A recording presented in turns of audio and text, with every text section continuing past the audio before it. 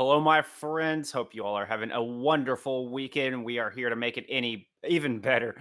We are proud to bring you the first official coverage of Path to Pro 2021 here at Reflash Productions. My name is Bull Skunk alongside Jason. We are here with Open Division, the first tournament of the season.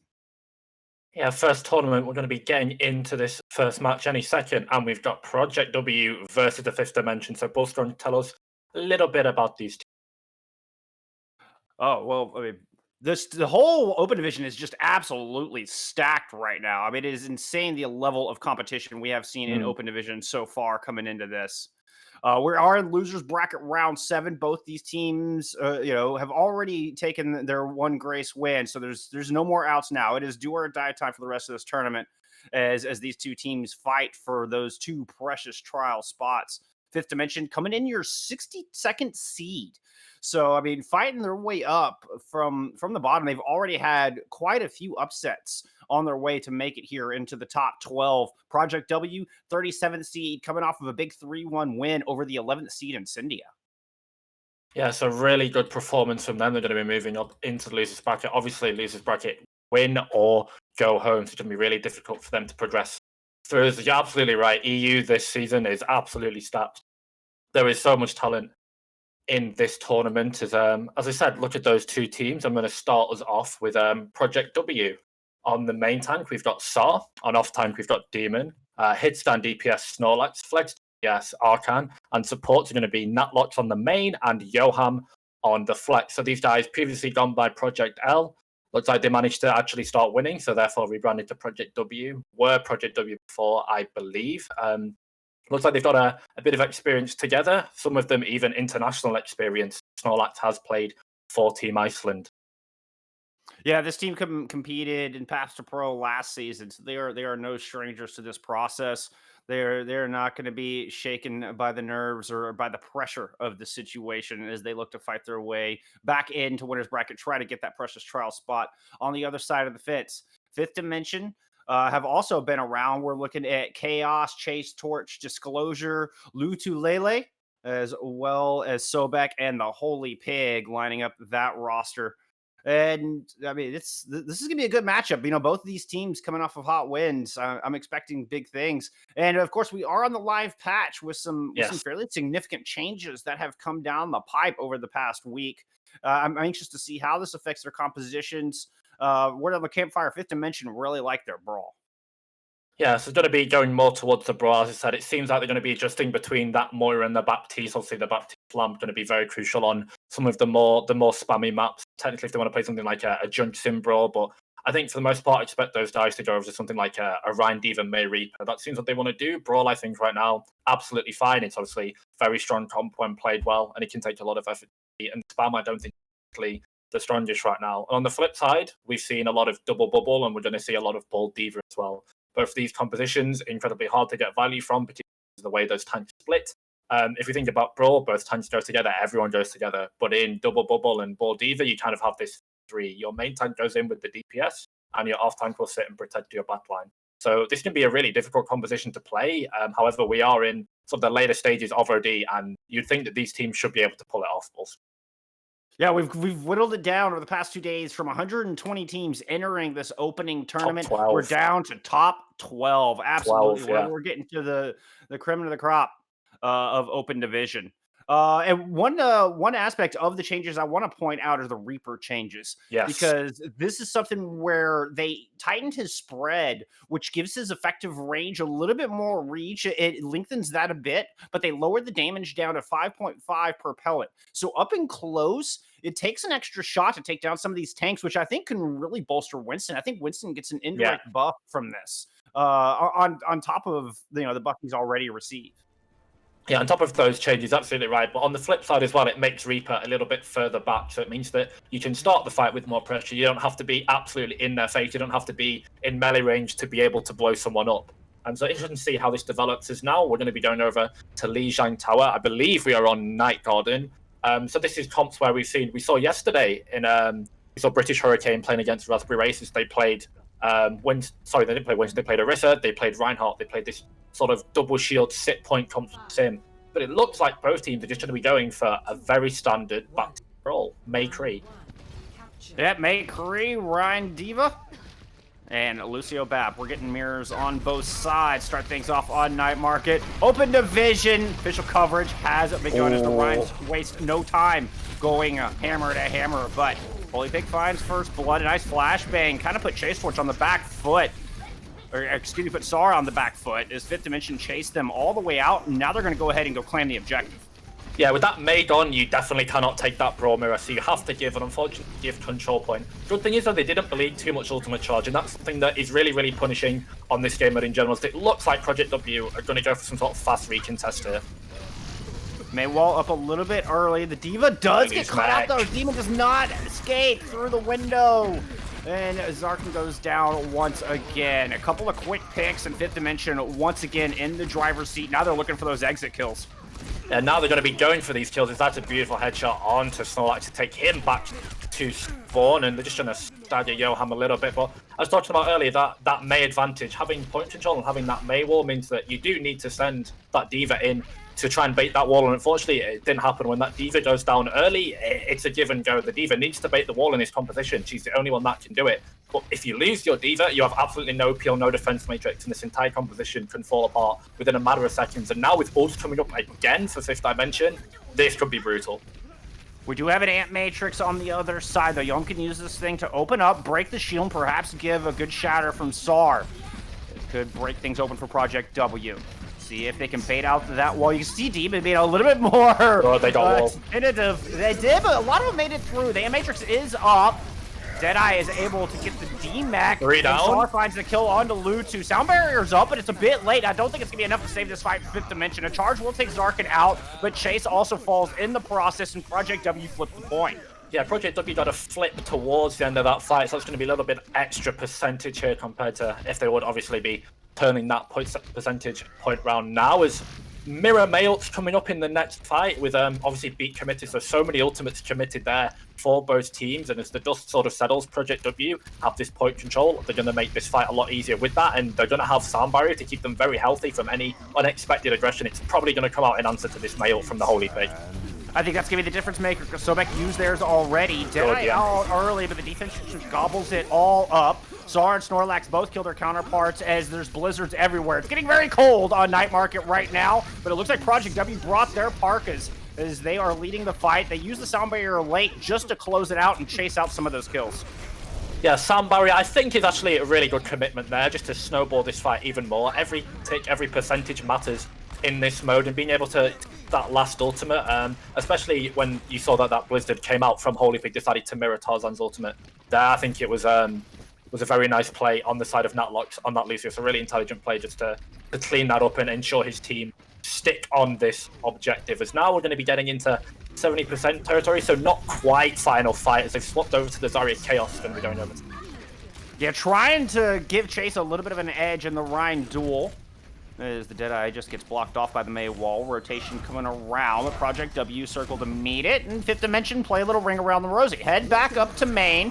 Now they're running into Ant Matrix. Fortunately, they avoid that 200-point fire strike coming through. SAR sticks his nose out a little too far, gets walled off, deleted, and is not going to be able to use that Earth Shatter. That was a big advantage they had in this fight, now gone. Snorlax also back in spawn, joining the Rhine, and it's a two-player advantage for Fifth Dimension as the overtime wick starts to burn.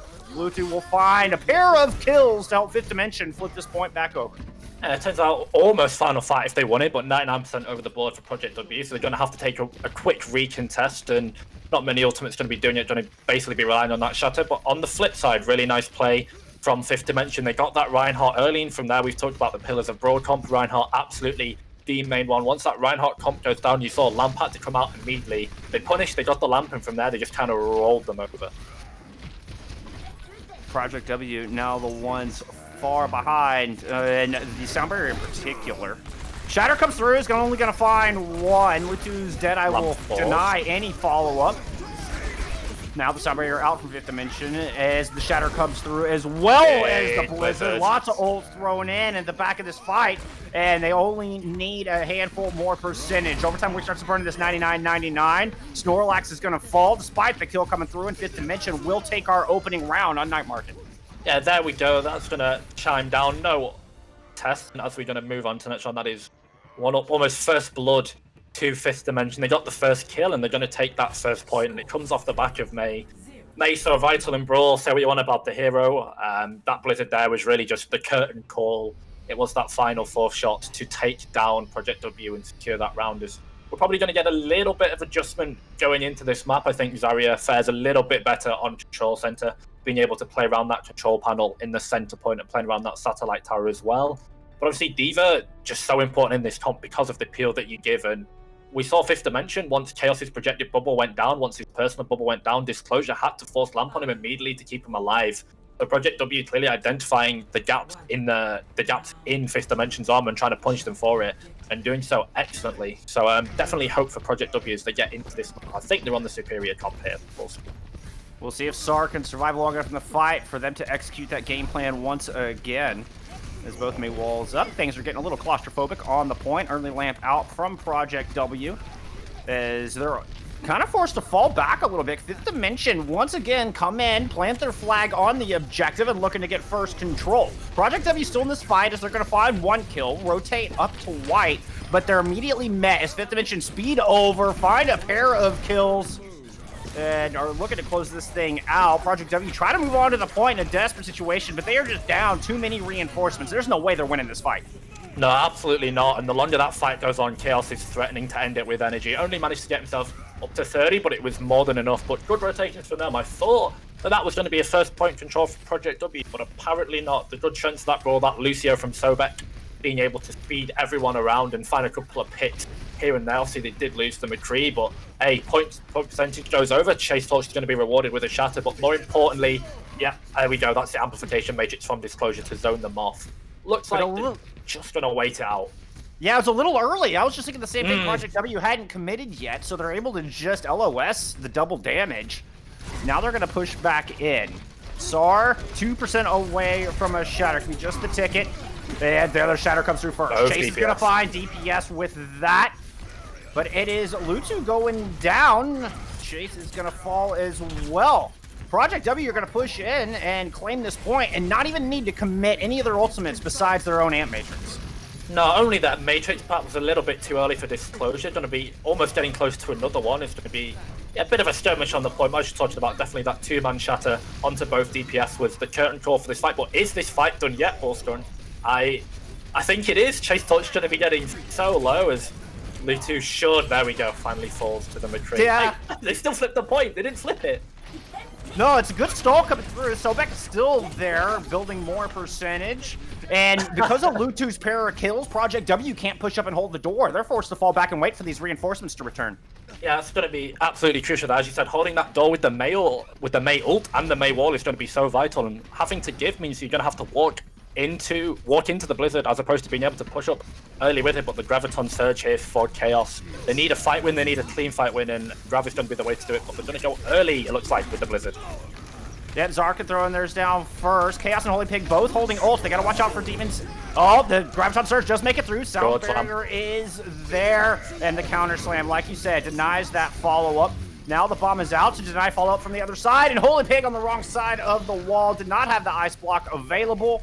Amp Matrix thrown in, but Fifth Dimension not able to capitalize on it. Down there May, they're forced to retreat. Yeah, the ability to sustain on both of these comps is absolutely incredible. The lamp, the passive healing from both of these teams, the AoE healing. Surprised that these fights aren't ending as quickly, but clearly really nice play from the supports. Obviously missing something like a Discord to be able to close out, but so much sustain from both of these sides as both these Reinhardts really refusing to die. Oh no, the wall blocking their own Amp Matrix on that one. As Fifth Dimension just kind of rotate around the two pieces of cover. Sobek gets caught out. It's headshot down. As Zarkin's trying to move in, get aggressive on him, forced to use that block early in Chaos. Like I said, 100 charge. Charge. Just shoots Saw right in the back. Natlocks comes back to the parakills of a Lucio. Okay. Snorlax finds the kill onto Chase. And Project W, despite missing their main tank, they win this fight with 82% and counting. Yeah, I said before, I said last round, the main tank going down should almost lead to the eventual fall of the team, but that looks like different ideas. Euro beats on at full blast, absolutely vibing on that Lucio. 2 quick final blows from him to flip this fight around. This Chaos was 100 energy, but he had 3 HP. He wasn't really able to go in and to cleave the rest of the team. It's now this got to be do or dies. They go in with this Amp Matrix. Maywall devaluing that Matrix for the most part. Graviton Surge now in. Blizzard in response from Project W, and the Deadeye finds one. Looking to headshot up. The Immortality Field keeping Chase alive, who threw down the Shatter. And able to get Zarkin with it, but I think that's going to be nothing but a consolation prize for Fifth Dimension as the beat is thrown in, the nail in the coffin into Fifth Dimension for this round as Project W are threatening to tie us up on Lijiang Tower. Yeah, they got sent to the Fifth Dimension. It looks like here it's going to be 1-1 going into Garden. Chaos done his best impression on the ball to try and stall. But yeah, I think just too many ultimates there for the side of Project W Bullstrunt. I don't think realistically they were ever going to lose that fight. They had the point control. They had the advantage. Tempo really given over. Tempo in Brawl, so important. Being able to ult first, being able to ult to these corners. We saw that Blizzard come out to lock them up. We saw the wall on the Amp Matrix. We saw the Growth to the Pillar. It was just so many ultimates mirrored, and essentially both teams were sort of playing poker there, being able to raise. And when you both raise, Project W were just able to raise and beat them every time. They always had the better hand there, I think. Well, speaking of Mirror, we're flipping over back to Mirror comps as both teams go back to the D. Well, most importantly, look at these DPS. Mason, going with the Sombra Blackout Reaper. Brawl. Sombra Reaper coming out on Gardens. Yeah, Blackout Brawl, as you christened, really like the name actually, and yeah, it's going to be interesting to see how both these deeps are. Okay, so it looks like Project W are going to have to S-key this, not W-key it, and give point control over. So this could actually be really, really crucial because now Holy Pig on this Sombra gets health pack control and they get point control. So they're going to have to walk in to this Sombra who could be in the backline farming EMP, looking for a Diva hack, anything. A potential bit mistake from Sar could be really punishing here, going into what looks like this first fight. Oh, as they turn into Project S, and giving up first control on this point is so detrimental. Snorlax does get the manual hack down, but it's just too far away for any follow-up. And they're looking for the Diva. Does get the Diva. Chaos able to back out, find a little bit of healing as the teams posture up around the center pillar. Just size each other up at the moment. Lutu sees a small opening and is going to put a little bit of damage down onto Sar. Zarkin's going to get manually hacked as Coalesce that's everyone down. Dueling laser beams as the big shatter is in from Chase. Will sacrifice their life in the process, but I think it might have been just enough. Natlocks, once again, might have other plans. This Lucio crackdown does eventually go down. Both Lucios go down, and we're left with a 3v3 on this objective, if I'm counting correctly. Yeah. Fifth Dimension maintained control of this point. So that early flip is going to buy them so much value, 40% as they're able to tick down the fights, and looks like it's going to be a bit of a clean-up here, potentially. That's a hack on to the Reaper. One thing to point out here in these later fights is Sobek, okay? Yeah, looks like there's going to be a bit of a skirmish here, but it should just be more ult charge over to the side of Fifth Dimension. Not really sure what Project W aim was there, Bullskunk. Yeah, that was a broken fight at best. I think you'd been better off just regrouping a little bit on that one, but as it stands, you fed some ult charge and more percentage on the point. Yeah, definitely, and I think they were fine to charge their own ult percent, but obviously what they can't then farm themselves is that percentage. On the point is now we're going to be getting into potentially penultimate fight territory, maybe even final fight territory, as Holy Pig has the EMP. Talk about the mother of all bombs, the ender of all fights. This EMP is absolutely going to be it. And there it is. It's 3, but it doesn't get Natlock. Sound barrier is out. Chase is gonna fall as Snorlax comes through with the EMP from the other side. One's gonna couple it with the Coalescent, slam it in as well. And Project W, they're able to invest heavily and win the fight because of it. They managed to hang on to a couple, but still an expensive fight. A very expensive fight, but I think expensive fight for Fifth Dimension as well, as they clearly wanted to go all in there. So definitely valuable for Project W. Now they're just going to take time, and they definitely do need to try and hypercharge this Coalescence, this EMP, as fast as possible. As eventually Holy Pig's going to get it in Fifth Dimension to win one fight, and it looks like they're going for it right here. Oh, Shatter interrupted. Chase gets killed before the hammer can land. Oh, and Sar's going to come up with a pair as they go clean out the small room. Project W with a huge fight win, and the only thing they invested was that Death Blossom. What a play from Sar. Yeah, really nice play from Swagg. One of the underrated parts of Ryan, just being able to hold shield there, but he saves his entire team as now. Every fight, every micro decision matters so much for Project W. They really need to hold this all the way out until the end to take the map, as now Ultimate's kind of bone dry for both teams, but with his point advantage, Damon could potentially look to do something a bit sneaky with the bomb as Chaos. Ooh, Project W narrowly able to avoid that. Trades come through early. It's Sobek out of the fight, not able to build up any more towards that sound barrier. Might give Natlox the edge, might give Project W the edge in this fight. As they also have the Coalescence available. Right now, they don't need to really use either. They lose Zarkin, but they're able to get both tanks, and Project W hang on, 70% on the board. Yeah, so really nice job from Project W, I believe, to find Lucio early in this fight. This Reaper in this composition is so important because it is the bulk of the damage. If you need to delete a tank in half a second, the Reaper is going to be there to do it.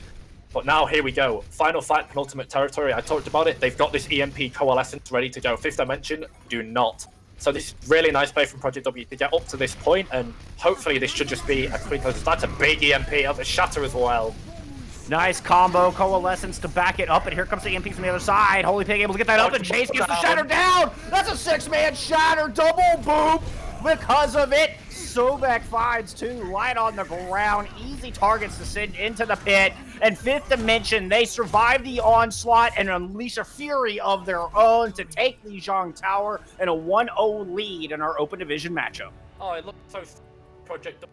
Those ultimates, that EMP, that Shatter, that Coalescence, Fifth Dimension were not online, and Project W, I think, made the first step correctly. They went first with the ultimate, and that's something that, as I said, talked about in Brawl, so important temper, but they got absolutely baited as that EMP comes down, everyone on the floor. Nice 2K boot from Sobek. That's as close as it gets, though. I mean, 99-99 on your third map.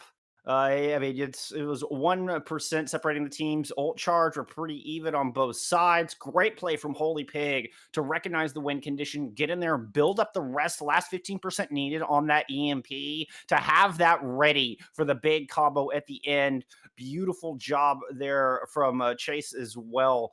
Able to kind of help survive the initial onslaught. Only 2 people got hit by the slam. Then they come back with a big 6-man Shatter coupled with that EMP from Holy Pig. That was an explosive final fight. That's what I like to see.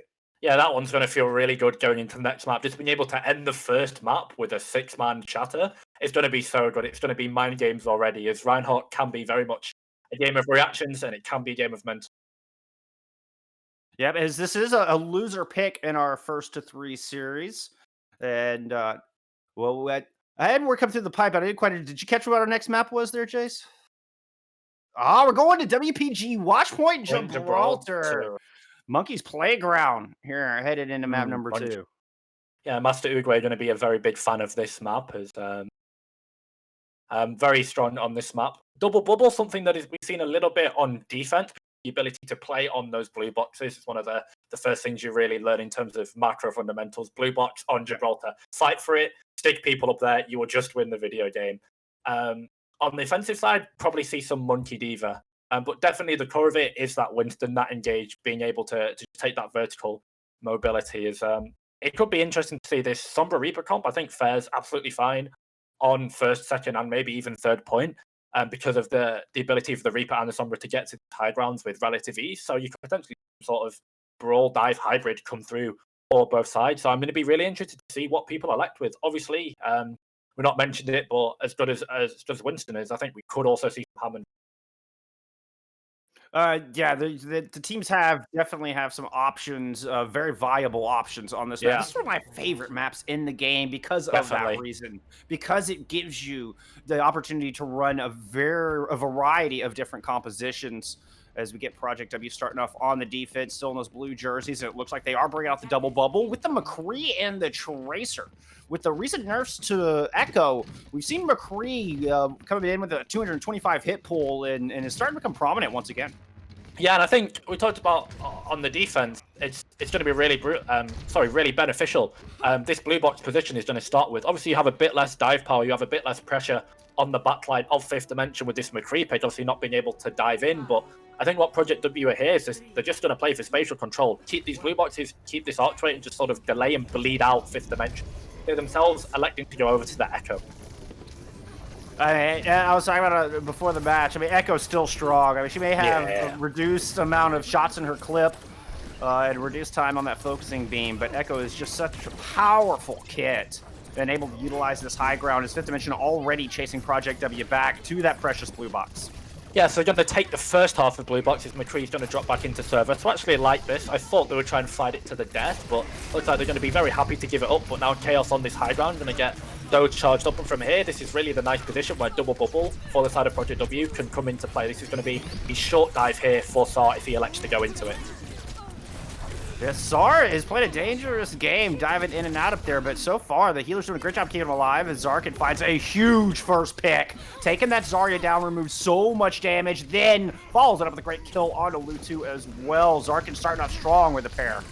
Yeah, nice play from Zarkan to realize that Chaos was needing care, low HP and out position from his healer. So the Zarya potentially quite fragile in this comp, especially if you're out of sight. Anna, obviously LOS hero, and nice pick. That's probably the best one you want to get overall in the entire composition as Chaos goes down, resets his energy, and gets the Zarya out of the fight. So it's double bubble, and when you take away one of the bubbles, well, the comp just isn't as good.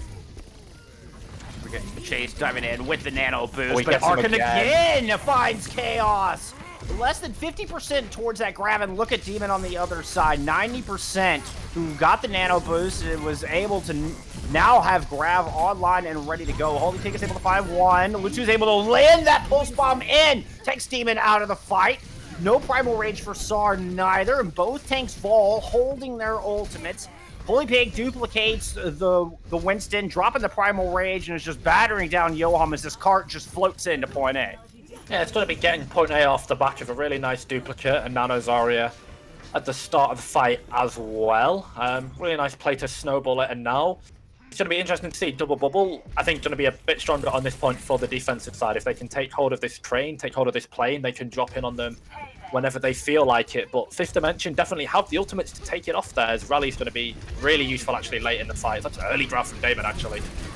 Rally dropped early, trying to help survive it, but Disclosure falls anyway. Chaos Anti not receiving any of the benefits of that extra healing as Lutu gets taken out. Fight taking place all the way outside. Project W are winning it, but this cart slowly getting closer. But now Project W can move in and claim the shuttle for themselves. Yeah, Chase Torch went so deep on that Winston. Not sure if that was the play. They're going to swing control of this plane back over to the defensive side here with Nano ready to go.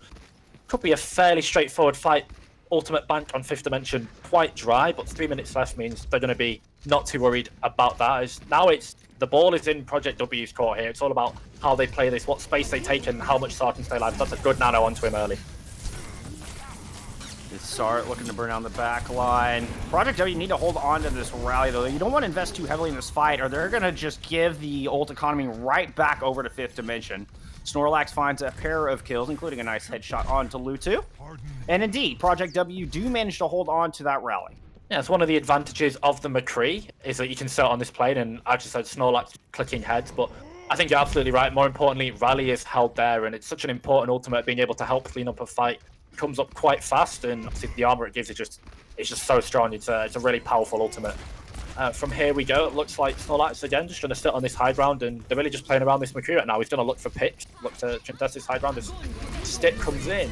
Speaking of the Cowboy, Holy Pig makes the swap as well. Snorlax drops the Deadeye in to help deny follow-up on the Graviton Surge from Chaos. Chase Torch does receive the Nano. Try to move in, but is just going to have to sleep it off. Gets pushed all the way back down to the low ground, and Snorlax finds yet another kill.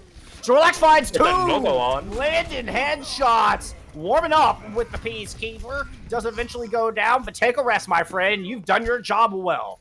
Yeah, 2 quick kills there for Snorlax. Exactly what his team need him to do. Control these areas. Keep that sort of left side of this shuttle. Second point, absolutely locked down. 2 quick headshots. Send them both back to spawners. Now the clock gets a little bit drier.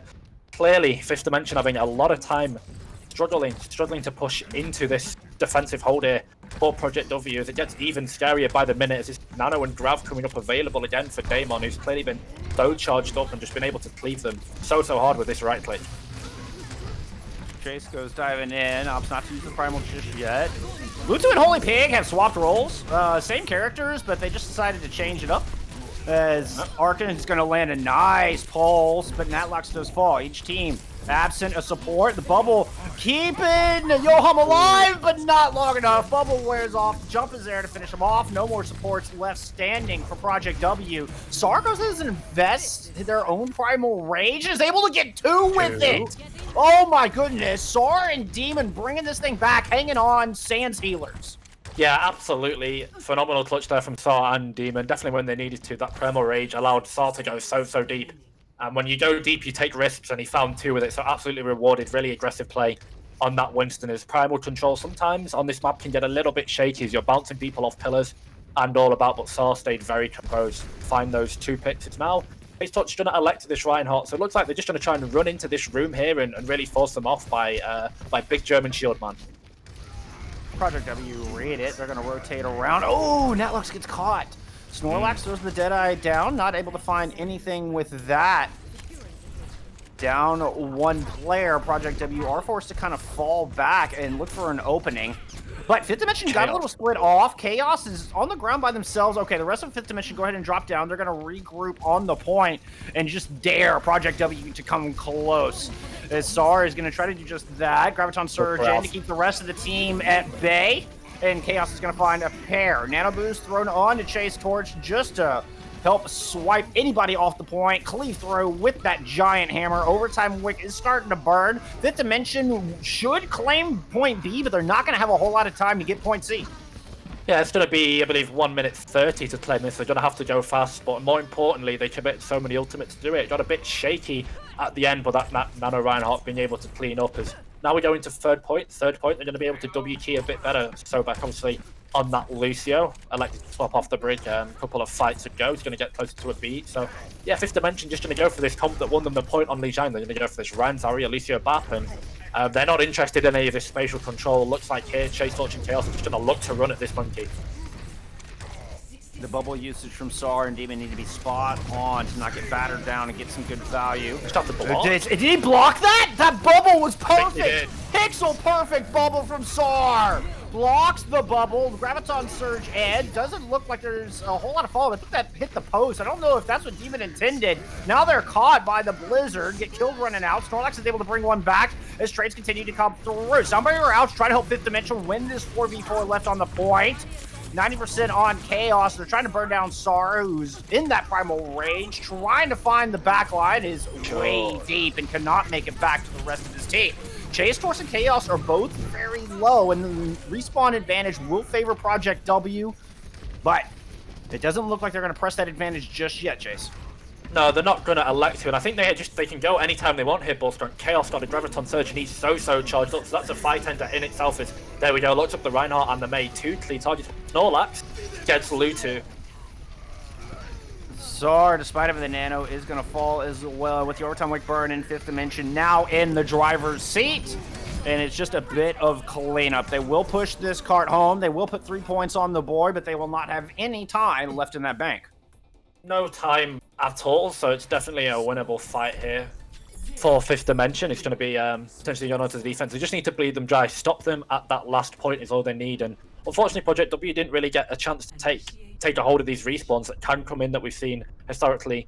On this map, we saw obviously the Zephyr Bastion all the way back in the day. Was able to swap over to that, pick up a clutch there, but there was no kind of recontest shenanigans available. But one thing I really liked in that final fight, Bullstrong, that last fight for 5th Dimension, was once they lost Lutu on the McCree, the response came out instantly. Disclosure without hesitation popped the window instantly. They'd already grabbed first, and they sort of drew the fight out. Once they lost that DPS, I was like, okay, Disclosure thinks to himself, I need this damage. Pops the window down instantly. From there, that Reinhardt got so healed up with the bonus healing that Disclosure was able to pump out. Did a little bit of damage, I believe, to Daemon to take him down as well. But really nice play from the supports. Sometimes you don't really notice those macro plays that come out from that backline, but really valuable from Disclosure and Sobat last fight. I think they played that almost perfectly. It was a wonderful swap to the Brawl as well. Project W were late. I think they should have swapped to the Brawl their own and tried to hold corner on point C. They opted not go to it until they were already just too far down in the fight. And now it looks like both teams going back to the double bubble. 5th Dimension out with Lutu on the Ash. It's going to be an interesting choice to see how it works. They're going to go for a small TP just to try and take this ramp instantly. Oh, Natlox gets slept up, but that's a nice bubble here.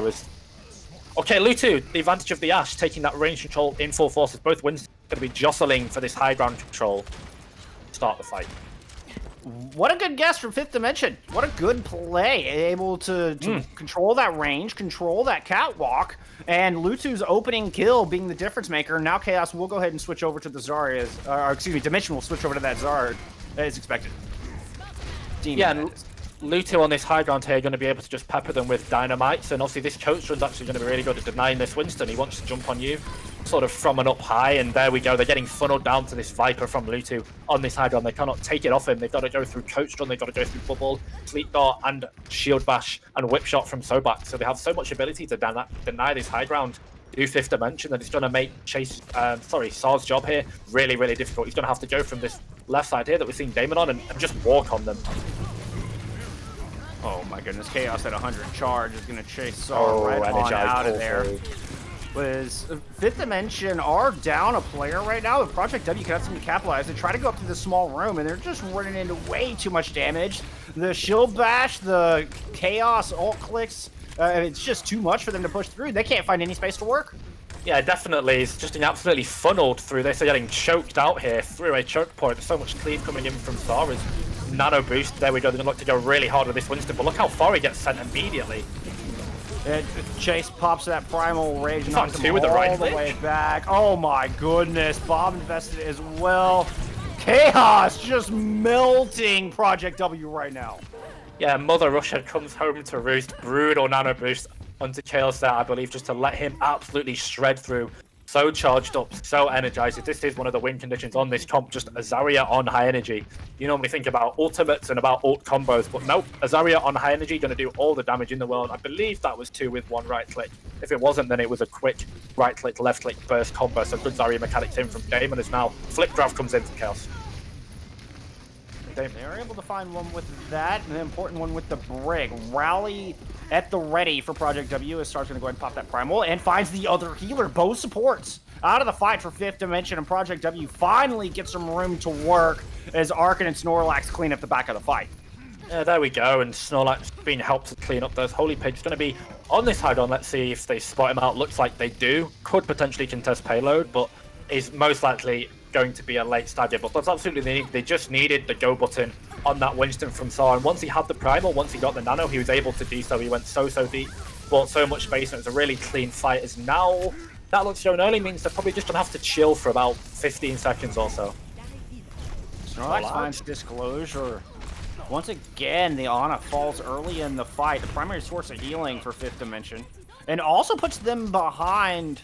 Well, I mean, it's disclosure built up pretty fast from the previous nano boost, but still, Project W have another one ready to go, and it could give the edge that they need in this Winston duel, as they're going to go ahead and throw that down onto Sar, onto the high ground. Nope, it's going to just fall back down. Just a little bit of cleave from Sar, and they're going to drop down and kind of waste the advantage of that nano boost. Yeah, not able to take advantage of it, but it looks like that grab is absolutely massive. That's going to find everyone. There we go. That's and so once again, Chaos with a triple kill. Beautiful grab. That's all it took. Well, I guess they used Rally as well. Yeah. Rally as well came down. I believe the High Noon was in there somewhere. No, actually, I'm reading the wrong screen. Apologies, guys. A bit early in the morning here for me. Anyway, we move on to the next fight. But as we talked about, Chaos so high on that energy. He was able to just end the fight almost by himself. The absolute power of Zarya in this composition, especially with an Ana Brig there, is now sort of 2 minutes 21 in the clock. Is they're gonna have to wait a bit. Obviously, Sal's got this primal, so they're allowed to go deep once again. But no nano onto Yoan means he can't really stay for too long. I mean, this is looking like Fifth Dimension's fight or map to lose right now. They've got a massive advantage. They've got the nano boost for Chase, who gets thrown down immediately. Primal from Sar to try to devalue that, try to keep a Chase under wraps. And up in the corner is Holy Pig is able to find one, but the answer is there. Oh, Holy Pig finds Johan. Oh, can this take me back? Once again, Sar and Demon are the heroes for Project W, and despite missing some healing, they're able to get the edge in this fight. Holy Pig trying to bring it back with a nice pulse bomb will take Sar down, and that's going to be the ticket to reset.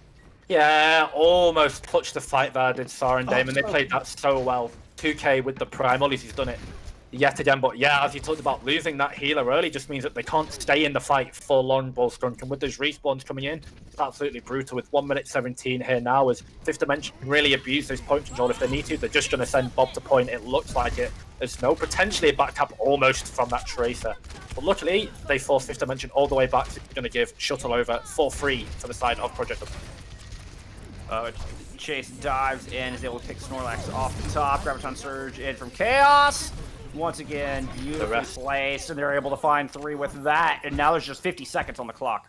At 50 seconds on the clock is Chaos with a Graviton Surge, and you know the rest of the story, ladies and gentlemen. Just another 3k from the man on Zarya, been absolutely farming this map on that, being so charged up, being able to just right-click the choke points that they have to walk through. He's going to get him ever closer to a Graviton Surge, but now nanos for both teams, and it looks like it's going to be both DPS ults here from Project W. It's not the most valuable ultimates from them, but definitely going to be ones that can potentially playmate. So going to be a really bloody, messy fight as we go into this last one for this match. Project W is going to be missing the charge on the Zarya as the Nano Boost comes through onto Good Chase. pick Arkin from goes Lutu. down, holding that pulse bomb. That could have been just the fight opener they needed. And now with just 5 seconds left, Lutu is gatekeeping this point. Sar has to try to dive in, does manage to muscle pass through the coach gun and get the overtime wick burning.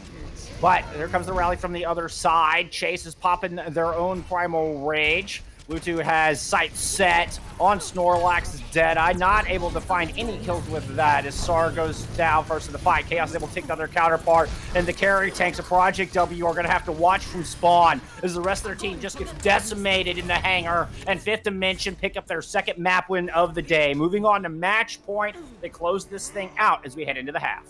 2-0, we're going to be going into the half-time. A really nice play, and we said it time and time again, it was those times. We hyped up Sar a bit, but Chase Torch did his job absolutely fine, but it was all about this man on this second point. Chaos so charged up, so energized, absolutely farming kids. Here we go, the Graviton Surge went down, and so much damage that comes through onto this Zarya, and with all the peel as well. It was really nice to see. I love watching Zarya, so that was definitely one. As an off-tank player myself, that was one for the heart. Off-tank play has just been so prominent and so So- important over the past couple of metas that we've seen through Overwatch, and that's going to be no different in Double Bubble. Like you mentioned, that damage that's your primary source of damage is coming from that Zarya. It seems. I mean, obviously, with Tracer and McCree are going to put out some of their own, but all of the above performing very well. Disclosure and Lutu and Holy Pig absolutely doing work. But right now, Chase is player of the match so far for me. It's given Fifth Dimension a 2-0 lead. They're on match point. They're one map win away from punching their ticket forward. We're gonna take a quick break. When we return, we'll see if Project W can start their comeback or Fifth Dimension will close this out. Don't go anywhere.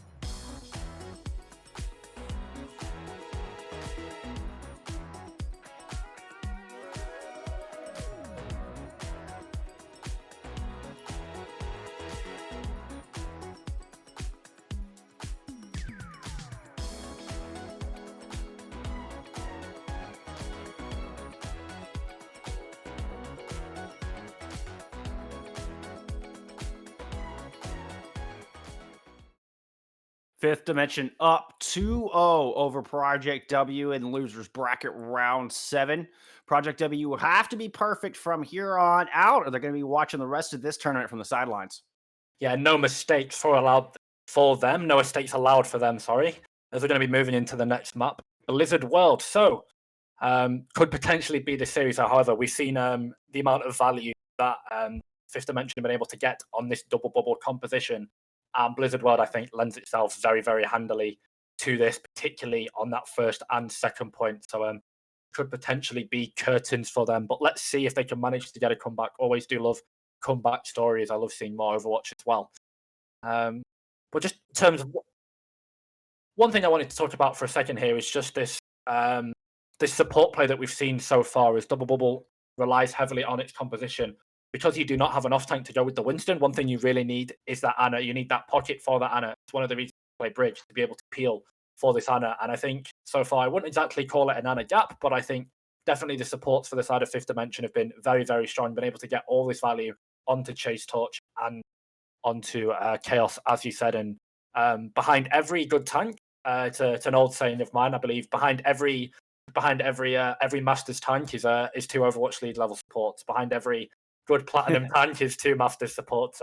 Definitely the core backline of any composition in T2, but I can't stress enough how important it is for this Ana and Brig to be perfectly synced with that Winston in this composition as well. And they've been riding this Ana-Winston duo to 2 map wins so far, personally.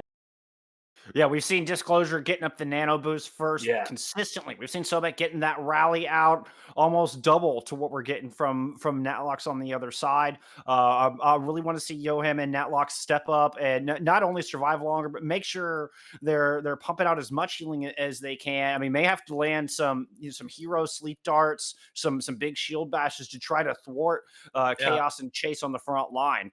As we head into Blizzard World. I mean, Project W, I mean, it's been really close. It hasn't been a super wide gap. It's been those little details giving Fifth Dimension the edge and giving them the 2-0 lead in this series. About to head into map 3. Fifth Dimension will start off on the defense. You do expect we'll see some more double bubble coming in? Yeah, definitely. As I said, it's very strong. Sort that out 1 second. There we go. And one thing you touched on in sort of that point about the supports is definitely agree with Natlox. We saw him get a lot of value on the Lucio, actually. Not as much on the Brig, so definitely could potentially be a playstyle thing. And hey, I think Lucio obviously not as powerful at committing that primary resource of peel that Brig is, but I think with the amount of value that Natlox got on that Lucio, particularly picking up those final blows, so clearly in the fight with his... I think if you're more comfortable with the Lucio, just run it. I don't think there's any reason to try and force yourself onto Brig for the sake of the composition.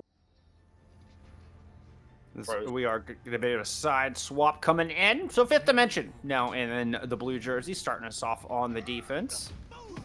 And defying expectations, Chase coming out on the Reinhardt as we get a McCree and a Sombra. Interesting combination of DPS coming out of Fifth Dimension.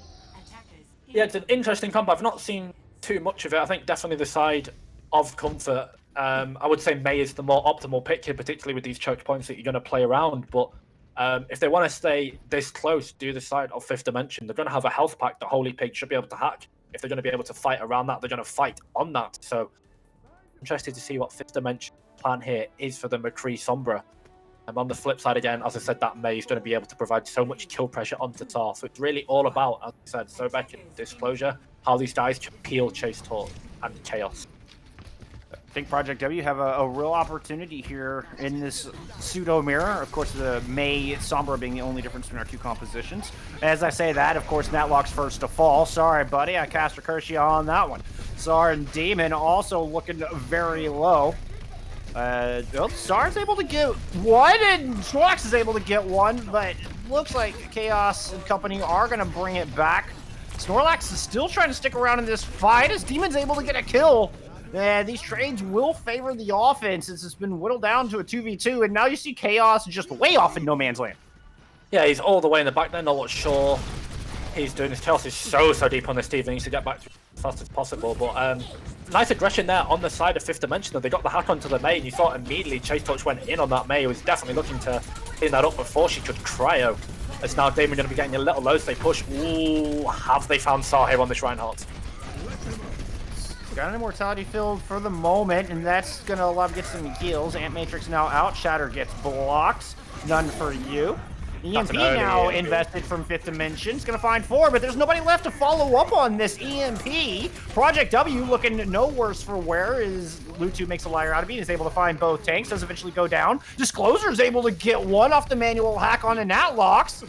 I don't believe this. Disclosure gets another one. 5th Dimension bringing this fight back from the brink. They had no business winning this fight, Chase. Yeah, absolutely true. They had no business. Chaos gets the 2-man bomb. I think that could potentially be Curtains is now desperately trying to throw out the mail from Arcan as well, but absolutely right there. We talked about the supports and Disclosure. I thought it was a little bit greedy, almost a mistake to commit that window from Disclosure, but clearly all confidence in himself. He said, just listen to me, give me the ropes, guys, let me take over this fight, and that's exactly what he did. Those 2 quick picks on that window with that healing as well that went down to keep Chaos alive for way too long than he should, and that 2k bomb as well from him to clean up the fight. But now they're a little bit dry on Ultimates. Obviously did have to commit that EMP early, so here Project W, this is really the time where they swing back control and hopefully unlock this payload. Yeah, I'm expecting to see Demon throw a self-destruct into the back and hopefully allow room for SAR to get the Shatter down, put 5th Dimension in a dangerous spot. As Snorlax throwing down a Deadeye, open up the fight. It's going to force everybody back onto the objective. Shatter comes through. It only finds Sobek, but they are able to confirm that kill indeed. Now Star trying to battle out with Chase. Chase getting a lot of healing from Disclosure, but still dangerously low. Chaos gets demeched and head taken off by the Peacekeeper Snorlax. They do lose Chaos along. Oh, they get Chaos, and they get Disclosure. There it is. Project W eventually get this car out of the garage. There we go, 3 minutes 38 on the clock. The payload is unlocked. It was a bit scrappy. 5th Dimension put up a fight again, committing double support ult to try and help swing that fight as they did. But yeah, Lightning unfortunately does not strike twice on Blizzard World, as the payload is going to be unlocked from here. Double support ults ready to go with the side of the Diva Bomb. The Shatter committed, believe it, yes, did actually only find Sobek, but didn't find the biggest Shatter. But hey, if you get the Lucio down, and they found him, so guess they got value out of that. But more importantly, going into this next fight, Lutu is going to have this. Never mind. I thought he was going to say he had the high ground, but electing to drop down and sort of brawl with his McCree, with his Reinhardt. Blizzard out from the offense, but Arcan gets immediately deleted. Shatter comes down, doesn't find anyone. And in fact, Chase falls. I'm not quite sure where that Shatter was going. Now the EMP out from the other side, but Holy Pig goes down. No follow-up on that. SAR does eventually fall, but Project W leading the charge as they push through and find some exit kills. Yeah, and I think it was almost disaster there for 5th Dimension as they committed that EMP and weren't able to find anyone. Holy Pig now going to swap over to the maze. If payload keeps on rolling, this McCree is going to have this High Noon ready to go, and now they're going to be pushing it into second point, and they've got the ability to zone advantage. However, Lutu, with the High Noon of his own, could potentially look to silence with this Deadeye. They're in a catast with less than a meter to go as Snorlax and Lutu throwing down Deadeyes over the point. Self-destruct thrown in as Netlocks invests the sound barrier to try to take this thing home, but Chase is going to win the main tank war. There's an Ant Matrix out from the defense, covering the point. Chase finds their second kill of the fight, and 5th Dimension hang on with less than a meter before point B. Yeah, so there we go. It looks like it's been all Project W on the left side of the kill feed, but somehow with 1:40 left, 5th Dimension have been able to hang on. I think, could this be the pendulum swing that they were looking for? They're going to be very bone dry in ultimates, but so are the side of Project W. And again, they're just going to look to delay this out. They know they're going to get ultimates, and they're going to get Disclosure's window. He's been building that so fast. They know that they are likely going to get this Blizzard from Holy Pig. As Lutu finds to pick onto Natlocks, that's going to be even better now as they look to try and secure this map. And the Shatter goes to waste. I think it hit the wall of Holy Pig, if I was seeing that correctly. Either way, it hit the shield of Chase. But no value from SAR's ultimate, and they're forced to just retreat and reset.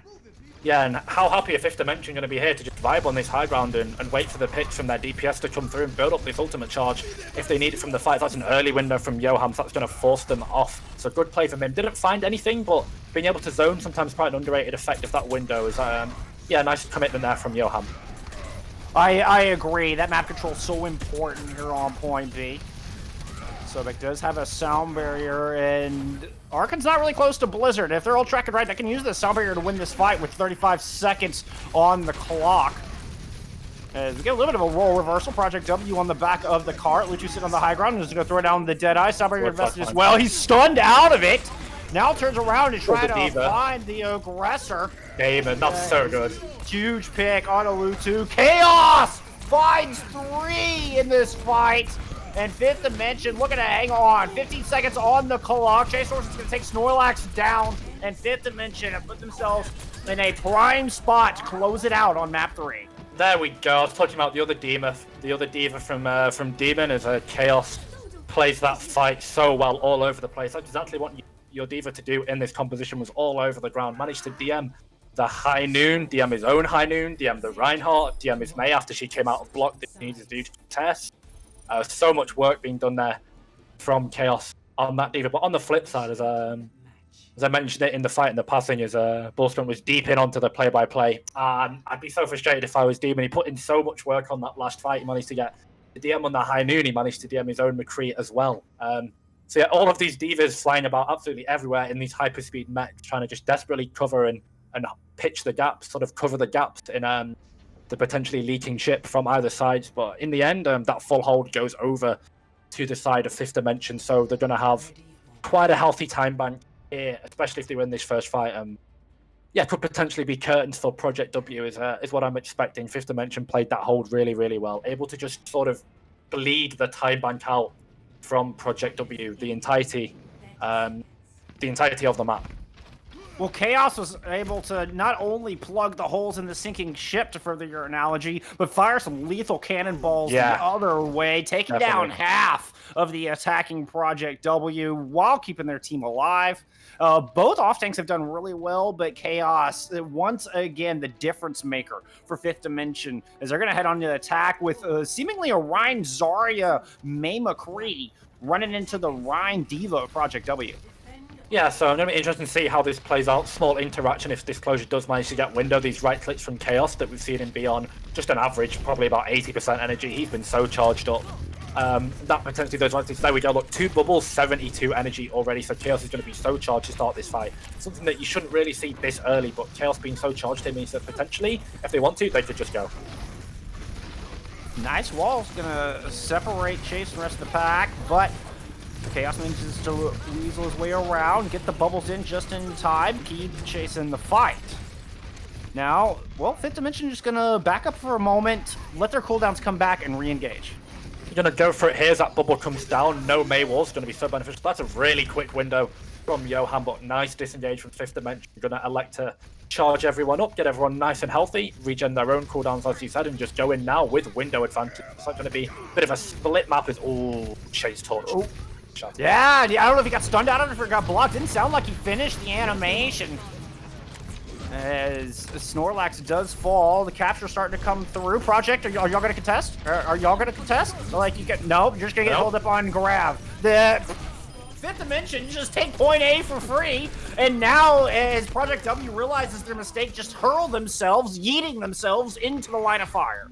Yeah, so Lutu going to find 3 to clean up the fight, but looks like it's going to be a little bit of a miscommunication there, potentially a Bing? Question mark. Shout out to Leg Day community for that call, or a C9 as we now commonly know it as. Didn't really decide to commit to there, but you don't really want to go after the point goes. But luckily they did manage to reset Chaos's energy, so that's going to force him over to Diva for this second point. He'll say he wanted to go over anyway.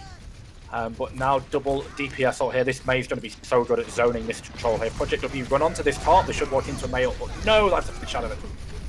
Getting a pair, Chaos goes down, Lutu goes down, as Sar is able to push and utilizing that May wall and split the team in half, cleave them in half. Project W plant their feet on this point. Wasn't really too much of a fight that was almost over before I was able to throw it back to you, Bullstrunk, but now 4 minutes left, so Fifth Dimension just going to be able to take a chill pill, kind of calm for just a second, embrace tranquility as Zenyatta would say, and look at the ultimates they've got available. So many blue tick.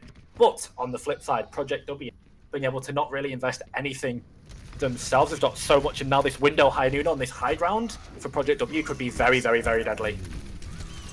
Deadeye comes out. Snorlax is dropping down, trying to chase around the corner. Fifth Dimension doing a good job of hiding it, but they got themselves stuck in a corner with a Blizzard. Self-destruct thrown into the mix as well. What a play from Project W, using Snorlax to corral them and Arkan to clean them up. Yeah, Arkan managed to get absolutely everyone in the country with that Blizzard. That was absolutely national lockdown there. We heard about the freezing going on in Texas, but there's a freezing going on in Blizzard World right now, as that was absolutely everyone, and definitely stopped the push from Fifth Dimension as they went so aggressively with their ultimate, as well as, here we go, the window, going to help to potentially punish the nail, but drive that nail even further into Project W.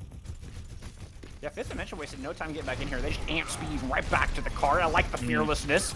Oh, oh no. Nice wall indeed. 2 kills immediately light up the feed. And 1 trade from the other side, but still a +1 to the defending Project W. Sar is able to tilt the balance. Doesn't even need the Earthshatter to do it. They're going to take care of that Immortality Field. They really just wait it out. Now they're going to push out and find the rest of those kills. It really is a bloodbath so far. It looks like Project W, as the dust settles, are going to walk away with it, and they're going to absolutely stagger this Baby Diva. Going to send her as... So, okay, no, could have potentially gone a bit longer, but going to decide and elect not to in return for repositioning for the next fight. As we talked about being able to just bleed them dry, as Fifth Dimension did, but looks like the shoe is now on the other foot. Oh, how the tables turn. Oh, how the turntables. If you're a fan of The Office over there in the USA, is now they're going to be walking into a mate here. I don't think they realise this, as this could potentially be really deadly for Fifth Dimension, as no, they forced through. Oh, two-man Deadeye! Oh, I don't even know if Arkan got the Blizzard off. They definitely tried, but I don't see any snow on the map. I just see the kill feed lighten up blue as Fifth Dimension overcome the odds. That was looking oh so dangerous. And the beautiful Deadeye from Lutu, able to help them win the fight. Now they've got the box of victory to close out this series right there in their sights. 3 meters left to go. Here comes the contest.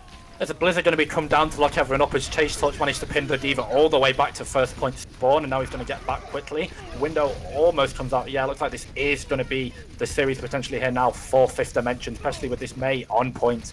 Project W not going without a fight. They've managed to find a couple of kills. Here comes the Lucio back to try to stall, but nowhere near Sound Barrier. No ults to help close it out. It's up to Sar to buy as much time as possible for those reinforcements to get back, but it's 1 versus the world. It's Sar versus the entirety of Fifth Dimension. The Immortality Field keeping him alive for just a little bit longer. Just as the Tracer comes in, Snorlax drops the Deadeye. They can't find anything with it. The Tracer steps off point, and Fifth Dimension complete the 3-0 sweep. They will continue on through Open Division Losers Bracket. Project W going home without a map win in this series. Yeah, unfortunately they weren't able to pick it up, as they did get so close on those first couple of maps. Unfortunately, they're just at the very end. There we go, this massive Blizzard from Zarkan was able to just lock everybody up in this corner, as they definitely got baited by the Reinhardt play from the side of Chase Torch. There was really unfortunate for Project W. I think both the tanks, for them, they both played really well. It was just unfortunate that Fifth Dimension, I think, just had a little bit too much quality, a little bit too much synergy. And in particular, in those key moments, you really need your big players to step up. And Chaos absolutely did. Chase Torch absolutely did. Time and time again. So unfortunately, Project W, I believe, are going to be going home, going to be getting sent out of the bracket. So let's see if they can come back, split next season, next time round, and go a bit deeper. But hey, top 12, I believe, very impressive finish for them. Not bad at all. A little tip of the hat to Lutu for that Deadeye interrupting the Blizzard of Arkan. That, I think that was the game winner right there. That would turn the tide. Project W had everything in their favor. They had Fifth Dimension in a tight little corridor, just right pickings for that Blizzard. Lutu interrupts it with that perfectly timed ultimate, and they're able to clean up from there. And again, another tip of the hat to Chase Torch. I believe that's Chase Torch and Chaos both, really. The tank line, so strong. I mean, I honestly think I might give my player of the match to Chaos. What are your thoughts, Chase? Yeah, I think I can go with it. Obviously, we went on about the supports, mentioned Chase Torch doing so well as well, but I think definitely from the spectator point of view, from the caster point of view, in those key moments, that second point on Gibraltar, sort of that first point on Blizzard World, when they needed it, Chaos stepped up. He got a fat Graviton Surge, and they were able to team wipe them with it. Basically, with with either a soft ultimate, something that you don't really mind committing on top of a heavy fight win condition like a Graviton Surge, or just a Graviton Surge itself, which is just so much value. So definitely, yeah, player of the matches if we're rewarding them, I would say Chaos. I like to just throw it out there. Obviously it's just by our eye test. I mean, and like you Yeah, said, just kind of heralding back to what you said earlier. Behind every great tank, two amazing supports. yeah, So definitely. couldn't have done it without the big efforts from Disclosure and Sobek for sure, for sure. Fifth Dimension, moving on. Anxious to see how they do throughout the rest of our tournament. And that's going to do it for our opening match, but we are not done for the day. We're going to take a quick break. We're going to set up, and we have more open division coming at you shortly. Look forward to it. We'll be back with you in just a few.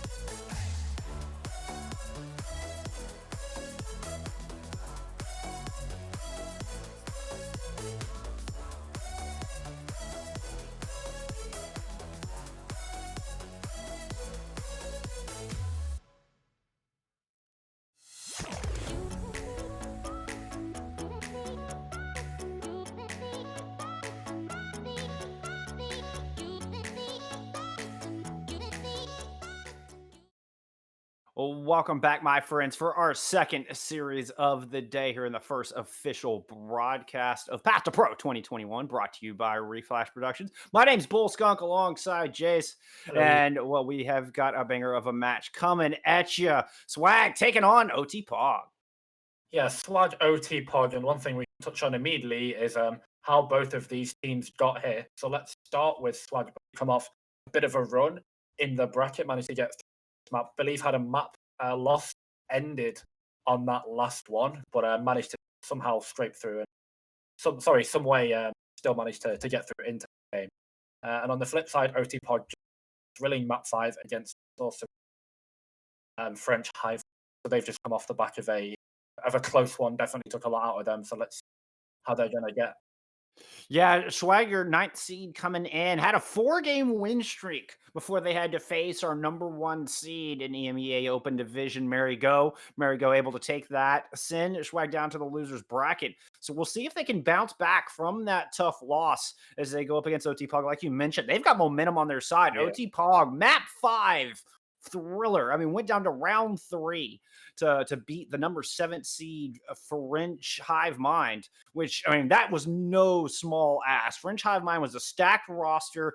OTPog, much of the same roster we saw coming in from last season.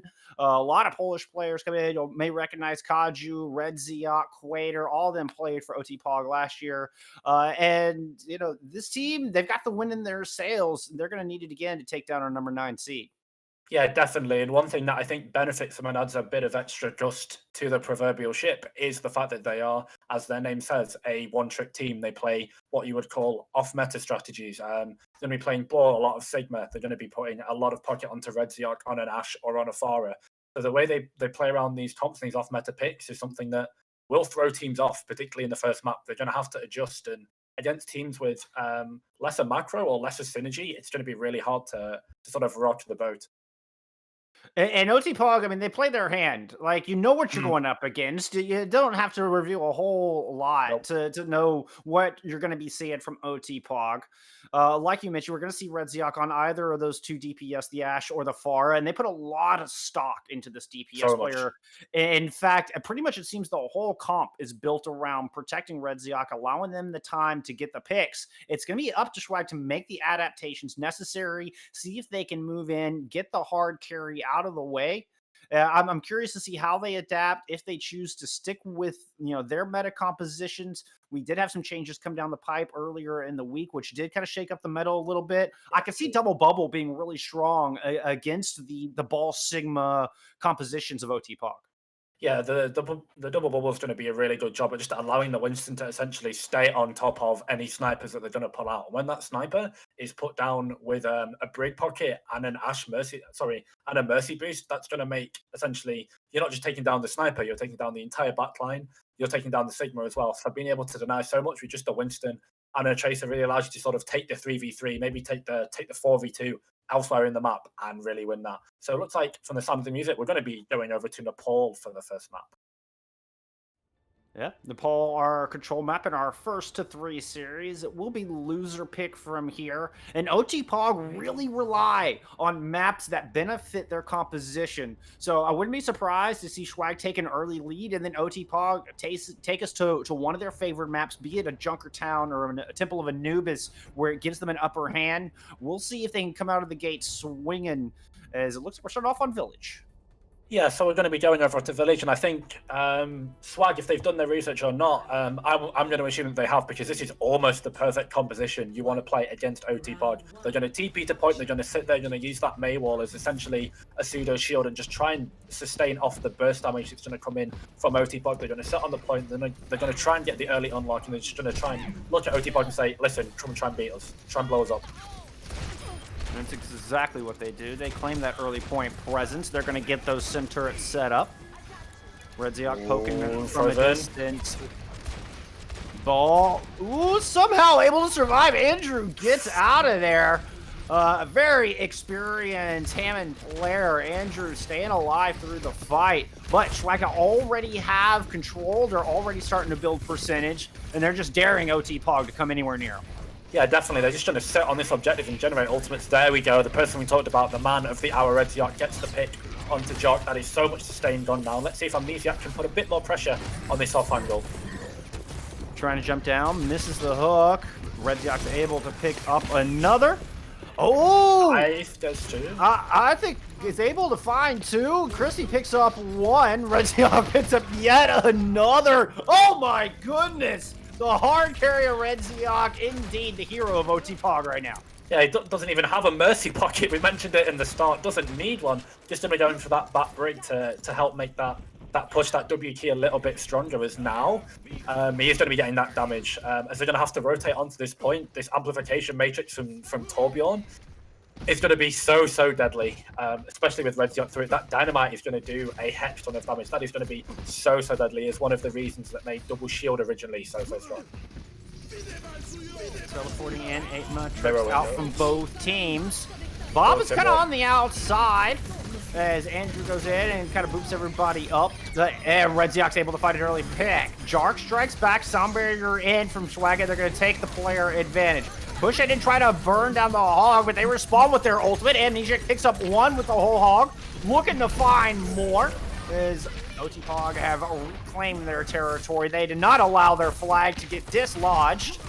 And now just looking to clean up the back end of this fight. Nice hook! Crispy somehow stays alive as Amnesiac did not quite get the clean shot. And they're going to commit the melt. Not sure if that was definitely, but that's a slam down, I believe, find both tanks as Quaid is going to be frozen. This is winnable. This is absolutely winnable. Aethe is able to find one through the Amp Matrix. Chrissy picks up one as well, but Swagg lost too many members along the way, and they're just going to reset. Yeah, they're going to elect to back it out there after committing the mail. I think if maybe that found a bit more value. I thought it was winnable, but I think it's okay to elect to just take the hard reset and try and force point again there. But now, not a lot of ultimates. This is likely going to benefit Swagg, I believe, as again, they're just going to try and force point. But Keiju got that zoning ultimate here to Torbjorn the Molten Core. OTPog are so experienced against the Brawl. They know how to pick this thing apart. There's nothing to challenge Redziok. You can see Redziok just maintaining this distance, tossing the Bob down to get in, do the dirty work, and just range shots down from the Viper. The sound barrier is not enough to keep Relic alive, and Swagg already down 2 in this fight with the overtime wick burning. Caught in a corner, the Amp Matrix comes out from Swagg, desperately trying to hold on, but there's mines to deal with. There's a whole hog coming up for Amnesiac. They may not even need it. Desperation time for Swagg, and the overtime wick's going to burn down OTPog with an early 1-0 lead on Nepal. There we go, and they've taken, you touched upon it at the start of that fight, and you're absolutely correct. OTPog were methodical in their deconstruction of this broad comp. Absolutely, they knew, okay, let's hit the dynamite here, let's hit this May wall here. They're going to have to rotate here, so let's use this carpet, let's use this molten core, give them the hot fudge treatment, as BHP would say. Shout out to him for that call. But yeah, really nice play overall from OTPog to just deconstruct the broad composition. They understood that they had to rotate on towards the objective, and when a broad comp rotates, particularly like that against spam, it can be very deadly, and so it can be very punishable. That's exactly what OTPog did. So a really nice play from them. It always felt like they had something to punish that rotation. Bullstrunk, they had a window, they had a molten core, they had an ash, they had a whole hog, they had a mines, just so much zoning, so much space denial from this composition. Swagg kind of sticking with the same comp, and it makes me worry for him because OTPog threatening to just picking them apart once again, which I appreciate the BHP shout out, a legend here in the scene, somebody I definitely admire and look up to. I can definitely appreciate. Swagg, once again, they're going to move directly on to the point and dare OTPog to come close, but OTPog certainly up to the challenge. Yeah, it looks like one of the ways to deconstruct this comp is, okay, no, you're going to go for the hack. Redziok is going to take your head off, but that's a quick flip back from Aether, and looks like, yeah, Swagg potentially going to take this point. Yeah, it was nice follow-up as Quantex was able to finally get that kill on Amnesiac, follow-up on that manual. Jark on this Baptiste has been popping off as well, putting down the damage as well as the heals. Yeah, so much healing for him. He's going to be rewarded with a window for it, but I think the start to just deconstruct this puzzle comes from Zandero on that Sombra, finding the pick onto Amnesiac. Amnesiac finds a pick onto Crispy to start this fight, so okay, with Lamp gone early in the fight, OTPog going to take their time and potentially get a huge punish here with Bob. Yep, the Butler in over Elephant's going to turn the heads of Swagg while Redziok shoots in. The Viper shots from the other direction. Nice dynamite, and they're able to finish him off. Bob is able to pick up one as well, and OTPog will flip this point right back over. Yeah, quick flip, not committing too many ultimates, I believe. Just the Bob is more importantly. I feel like this composition doesn't really rely too much on its ultimates, but two of the ones that are very, very deadly are these double support ultimates here. This Valkyrie is going to give everyone a mass damage boost in this window. As we said before, it's going to absolutely shred tanks for the side of Swagg. It's going to shred anyone if they dare step through it. So here, it's all on Torbjorn. Let's see if he can use this window to really try and punish. Oh, nice read from Xandero. Interrupts the tech from Andrew. They're going to get taken down. That's the opening Swagg was looking for. And Matrix from both sides. As the res tries to come through, gets the res off with a little help from that Valkyrie. Molten Core out is going to tilt the balance the other direction. But the EMP. 3 come through on the back of that EMP, but the Molten Core claims 3 of their own. That's hot lava, Swagg. Why are you walking into the hot lava? No, don't walk into it. I think they might have actually got booped into it from Andrew. So nice play from the ball. Something I've not talked about too much, but this composition relies a bit more on the ball than you would expect, ladies and gentlemen. I think all the space, all the denial, especially the slam headshot, the slam dynamite combo the Bullsfront mentioned before going into this match off stream, definitely very, very important. Being able to just displace, disrupt, and hold people in position so that Redziok can do the damage is so, so crucial. Swagg escaped the first gambit as Andrew's a little bit late with the mines. I was worried for him in that low mega room, but they still have mines on the back end trying to split off the defense. Sound barrier was used, and so far Swagger in this fight. Quantex is a little low, has the shatter at the ready, but there's a ball on the back. That pile driver got almost half of Andrew's ult back immediately. Athey is, well, just gotta use that Deadeye for a little bit of space creation. It does eventually take down Andrew with the help of Relic. Now circling back around, Swagger are gonna go up through main. Quantex threw down the shatter. I don't think they really got much with that. Now an early Amp Matrix or Immortality Field coming out as Swagger looking for targets to take down, and they're none to be found. Eighth loses the fight against Redziok. Andrew's able to pick up 1 on their return. And OTPog have half of Swagg back in spawn and 99% to their name. Yeah, they got the early flip as well to start that fight, and it definitely ended up being beneficial as they had to force Swagg to rush the point, and you kind of feel a bit unfortunate there as map 1 goes over to OTPog. Yeah, the Zarya for the side of Swagg was looking there, had full charge energy, but we saw from that first person perspective, all his team down around him, sort of like a Save It Private Ryan scenario on the beaches of France there is 100 energy, ready to fight, but his team just down around them. Amnesiac getting pick after pick on that Roadhog. Here we see play the game, the zoning potential that this Torbjorn has. This is going to be so problematic for Swagg as they go into this next series. Let's see if they can adapt. Relic is like, all right, team, I'm ready to go. Team? Team? We're... Mod check? But hey, Swagg now got the map pick. Now they can choose the precious battlegrounds for map number 2, try to tie up this series, see if they could force OTPog into an uncomfortable situation and another chance to try to put together this puzzle, unlock the key to beating the one-trick ponies. I think definitely it is the case. They do have to learn to adapt. I think once they get onto the composition, once they find the playstyle, once they find sort of the pieces of the puzzle, once they connect them all together, as you were saying, once they find it, it's going to be potentially clean sailing for them. As that is the hard part. It's finding the composition, it's finding the map, it's finding the playstyle, it's identifying the threats. They say that attention is a resource in Overwatch, and it definitely is. And the way that OTPog are able to divide attention is something that is classic, almost classic war strategy. You've heard of divide and conquer. That's exactly what this composition wants to do. Divide the attention, pull everyone apart. You know, you've got a Hog in your backline, you've got a ball rolling through, you've got an Ash on the high ground, you've got a Baptiste who's just on the off angle because he's got Lamp, and why not? You've got a Mercy with the Ash as well.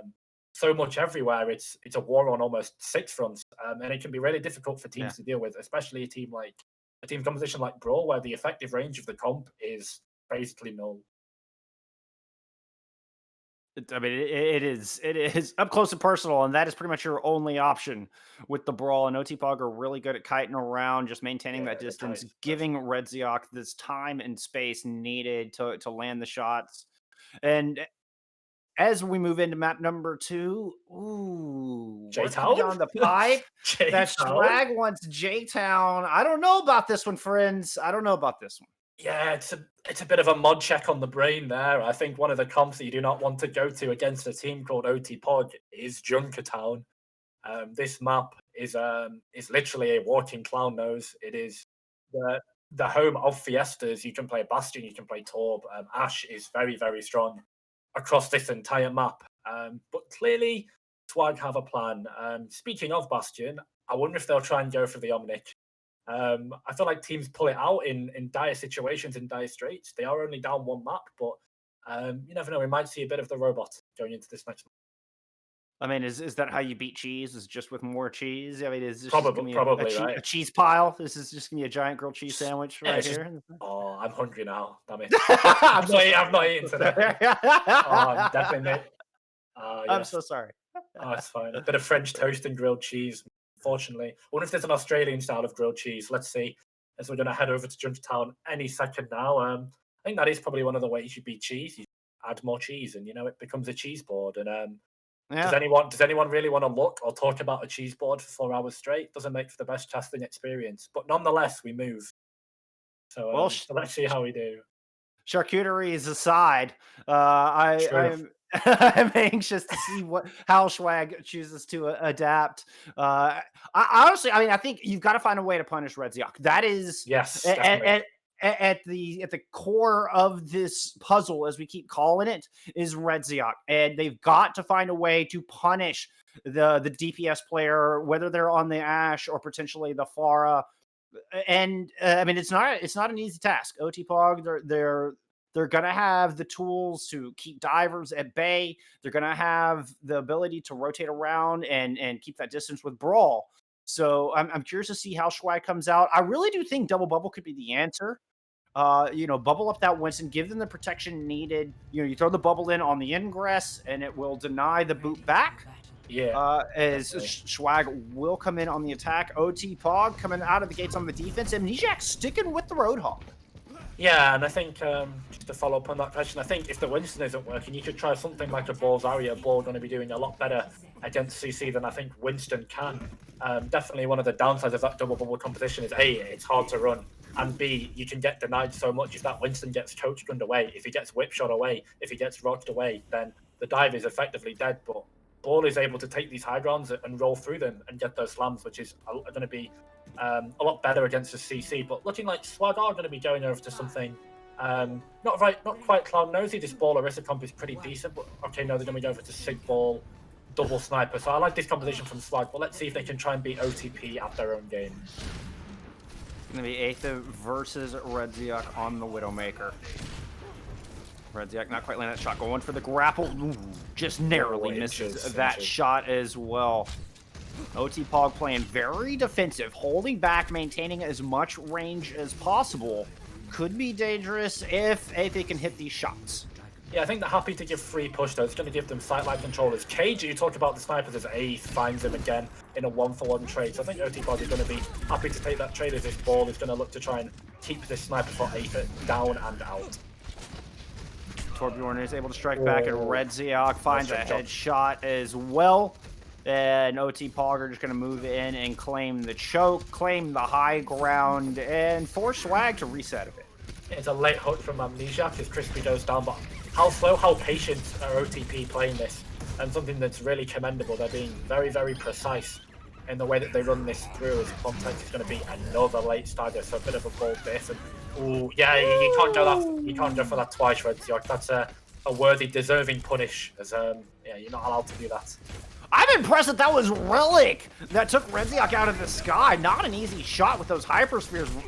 Relic was ready for it, and now they're pushing it in. Zandaro's going to toss the dragons around back as Quantex finds one. Oh, Andrew gets in. Andrew does find a punish, but it's still a player advantage. They got to keep the Mercy alive. Crispy, no! Crispy goes down. Relic goes down as Red Ziok returns to the fight. And despite the early losses, OTPog will emerge victorious in this engagement. What is Quader doing there, by the way? It finds himself all the way in the back. He's actually diving with his Wrecking Ball. It's something that I've not seen, and definitely this feels like one of my low masters rank games, ladies and gentlemen. Bit of a clown fiesta, but hey, good heads-up play from Quader. Gets that speed boost with the rally, goes all the way into the backline to help win that 2v1 on the Widowmaker, and to keep Ace back in spawn as well. But one of the things that we can help pick apart this composition, they're going to get lifted up into the air with this flux from Relic, as that's the sights that comes out from Red Ziok to stop any potential progress now. Oh, Crispy goes down yet again in this fight. That means your only healing is the orb from Zenyatta. Crispy was so close to that Valk as well. It's just going to take more time off this clock, and there's only 90 seconds left. And I actually didn't realize he didn't look at the clock for this whole round, but as she said, 90 seconds left. There's OTPog really bleeding the clock dry. Here we go, finally the Flux comes in. Let's see if he can get anyone. Was able to get Amnesiac with that. Andrew also very low, discorded, forced to go find a Mega. There's lava all over the objective, and Jark is just very slowly inching this card forward while the rest of the team looks for an opening. In the back, Torbjorn right now, thwarting context away as Relic is going to pick up the Quater on the opposite side. Coming around the far right, the bulk of Swagg are pushing in, and they are able to do a little bit of divide and conquer, find a couple kills, but the whole hog takes Jark down. Sandero is able to find a revenge for the Zenyatta with those storm arrows, and with 38 seconds on the clock, Swagg now have their eyes on the big door. They're going to be looking to unlock this payload and get it past the first point. No one actually touching it, interestingly enough. Going to elect to not push. Is this window from the top left for the side of Torbjorn is going to be so deadly. But Quantex finds Jordan's opposite number to start. I gets one. Yeah, Kayu is able to find Crispy yet again. One. Ooh, and anything! Good shot! And that should be just the ticket. Swagg have been able to hold on to their minds through this. We'll be able to zone out a little bit, create space, not allow OTPog to come contest as the overtime wake starts to burn. Final opportunity for Swagg to pick up point A. Going to use the mines to block the door. Now you just got to deal with the two on the cart. Redziok takes Jark down from the high ground. But Relic is going to throw down the Phlox, try to lift people off the cart, move themselves up to the high ground to chase Redziok away. Fefe is able to find that kill on the flying headshot, and this is Swagg's point. It's just a matter of time.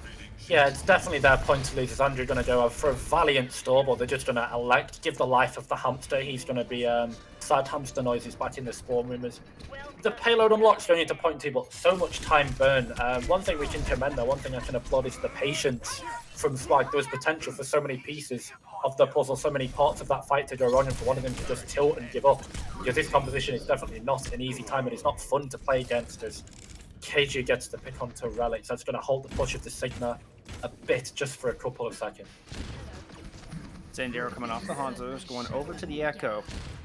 As Ife drops down the sides, Crispy's going to throw the Valk in as well. Kind of before the fight, he's even broken out. See if they find any value out of the only two ultimates currently in their bank, though Transcendent's not far behind. Sandero is going to push in, land the stickies. And that's one of the pieces gone as Swagg slowly try to make their way, close the gap against Redziok hiding in the back. They've got lava they have to run through to get there, though. And, well, Aethe is almost backed into it there, Chase. Yeah, Aethe is definitely on Redziok hunting duty, had his sightline on him, had his scope on him for the entire fight. Ooh. That was so clean from Keiju, actually. Didn't think Torbjorn's primary fire could be bent like that, but very skillful. Luckily they get the res, but Redziok's going to find the trade, and this should be a bit of an S. Okay, never mind, Jock. No! Yeah, they're throwing the Transcendence down. They're invested in this fight. They still think they can push this thing forward. But so far, Swagg aren't getting anything but equipment in that feed. Amp Matrix and Infrasight out from the defense. And Derek's going to go and use the duplicate onto the Wrecking Ball as an Ice comes in. And Amnesiac on the flank takes Jark down. Sandero throws the mines over the high ground, but OTPog don't seem to care. They're just going to drop down, and Jack's going to hook the other support, claiming both healers under that deadly hook, and OTPog win yet another fight with 30 seconds left. Yeah, so Redziok being down is going to be potentially a quick boon here for Swagg as they get back into this fight, but I just think they got baited, Bullstone. They got baited into this fight. They got baited into taking the worst kind of fight, a long losing fight as Amnesiac. More pain and suffering. That's Quader somehow finding eighth, and even though the res comes down, losing that Widow I think is so much more important as we get into this overtime fight. I mean, even though they got res, that's 3 supports in a row hooked for Amnesiac as Redziok takes down Quantex, and that was the only person who could touch card. Not even the overtime wick, and Swagg barely make it halfway through point B as OTPog are about to go on the offense, see if they can put themselves on serious point. Yeah, OTPog, I think, got the proverbial knife at the throat. They're going to look to obviously drive this nail into the coffin and take map 2. I think from here, it really is OTPog's to lose. Swagg definitely got baited into the double sniper, into the Clown Fiesta. I just think they stayed in a lost fight for way too long. And they weren't able to clutch it out with ultimates. These really are the fight swingers in Overwatch, ladies and gentlemen. Absolutely core to gameplay is these ultimates. But Swagg, I didn't see them really using their ultimates efficiently. I didn't see them using them proactively. And ultimately, they weren't able to find value. And when you're losing in fights, ultimates help swing them, but not if you can't get value from them, not if you cannot use them, not if you don't press them. Going on the defense, they're opting for a bit of wrecking ball with the Winston. Zandero sticking with the Echo. I'm not convinced on this pick, Jace. Particularly on this map, we're likely to see. I mean, certainly Redziak on the Widow again. Kaju, might even. Well, now Kaju's going to stick with this Torbjorn. Yeah, it looks like Kaju is going to stick with this Torbjorn, but I can see the theory behind it. Zandero is going to have a lot of hard cover, particularly on the slopes of these roofs, to be able to bounce off. But once they get the payload basically past where this Sigma is going to be setting up here for the side of Relic, Redziak is just going to be playing Kovacs against him, ladies and gentlemen. Just going to be able to try and fire him and take him down in any way he pleases. As looks like we go for the aggressive flank on this Widow. Oh, that shot is so clean. Jeez. That was disgusting! Redziak! Oh my! And that's exactly why I'm not convinced on the Echo pick right there. Your win condition is a takedown Redziak. The Echo is not going to cut it, and Zandero knows it. Swatching over to the McCree as OTPog are approaching this corner with a one-player advantage. Yeah, a legal shot there from Redziak to start the fight, and that is just the power of Widow. He finds a pick, basically out of nothing. Thanos snaps Zandero's. Now he's going to go over onto the McCree. However, he trades back Andrew, so now the ability to knock people up and deny this space in this talk from this ball, so he's going to go down as Zandero finds another one. So and another! That's 3 for Zandero. Zandero got mad! Yep. They poked the bear. And the bear turned into a cowboy and shot him back. The bear turned definitely cowboy bear. And he finds another one there. Rhymed. Let's go, ladies and gentlemen. Poetry on the Reflash stream. As now it's going to be rewarded for a high noon. So it's going to be interesting the ranges that both of these are going to be playing at. So let's see if Swagg can play this Widow micro. Let's see if Redziak can be baited into looking at Zandero, and Aether can punish him for it. As now it's a really deep flank onto the ball. Looks like Contact should just get forced out. Crispy gets a nice kill, and Ajax turns the corner right into a flashbang, but the heals there did get Immortality Field out, which means there won't be anything to protect against the Flux nor the Mines that are both going to be online shortly. In fact, Mines already at the ready for Swagg. And OTPog just playing this patiently, looking for that opening, waiting for Redziak to find that kill. Oh, good hook in! And the whole hog comes out. Somehow, Quantex is able to get the heck out of dodge. Andrew's going to push and punish Ada as the Deadeye comes out from Zandero. Rally used as well. Redziak goes down, and now the Flux is in. That catches 4. Immortality Field is out, but quickly dispatched of as OTPog scramble to try to find safety, try to find heals. But I don't think there's none to be found, not on this engagement. Yeah, very, very, very, very well played from Swagg there. Exactly what I was talking about at the start of the round, just buying time, just sort of bleeding them dry and waiting to go in with these ultimates. That's exactly what they needed. Massive Flux coming in from Relic, but before that, high noon to get a pick. And sometimes he can be a bit greedy with these ultimates, but hey, just finding that high noon onto Redziak was so value from Zandero as Ace gets the pick onto Andrew as he goes a bit too deep. That was a huge pick. As Kaju is going to fall as well. Oh, GR contact off the side. Not quite sure what forced them off there. Clearly some kind of... But once you're rolling with Wrecking Ball, any kind of CC just propels you in that direction. And that's exactly what we just saw there. Now Amnesiac with the whole hog at the ready. Mines on the point. Jark once again throwing in a late Transcendence. Trying to invest in this fight, but it's not going to get them any results. Yeah, unfortunately they all got hauled into that corner against the whole hog, and a bit of a hog 9 as Amnesiac is just going to force them off. But now, look, they're far behind. There's 3 of them here going to be potentially on for late respawns. That's the high noon that comes in from Zandero, and it's all falling to pieces here. 4 Swagg as OTPog just trying to kill them and push this payload. Oh, beautiful piece of tech there from Andrew. That was impressive. Didn't really net him anything, but it certainly Should've tried looked it again. awesome. Yeah, I didn't know about this one, Jace. Neither This did- one is neither gonna be did a lot I. more successful. There My we go. goodness, Relic, you stuck around way too long. Fool me once, shame on you. Fool me twice, you get hooked in the face. And now OTPog are staring at the box of victory. They've got the player advantage. They've got support ults to work with as the Matrix comes out now right in front of the point. Andrew is going to find the kill onto Quantax, and OTPog are going to find their second map win of the series. OTPog push it in rather comfortably, and it all fell apart from that first point. I think you'd agree, absolutely. They staggered so many members of Swagg, and from there they kind of just rolled it through. And we saw Relic on that top right window, but where was the other tank to the side of Swagg? Where was Quantex? I couldn't see him. Not really sure where he was there, and that really was the point in testers. It was almost a bit too comfortable for OTPog, but quick shout out to Aether, absolutely popping off on this Widow. Well, now we're going to be going over to halftime, and it is do or die for Swagg as OTP look to take the clean. Swagg will have map pick again as we're going to return with our hybrid map. We're going to take a short break. Can OTPog close it out, complete the 3-0 sweep, and complete yet another upset? We'll find out when we return with map 3.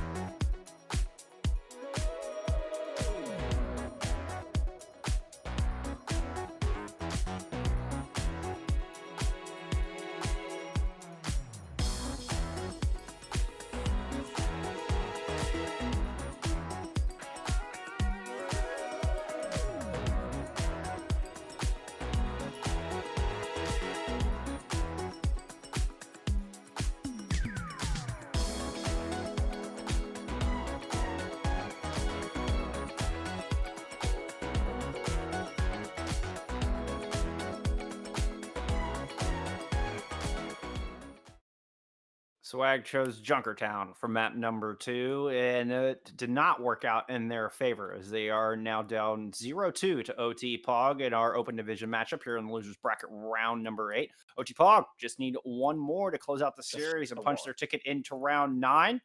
Swagg, they're struggling to read this, and we were talking about in the break. OTPog, because they play so strange. I mean, you were saying it can be very tough to get a read on Yes. how to approach it.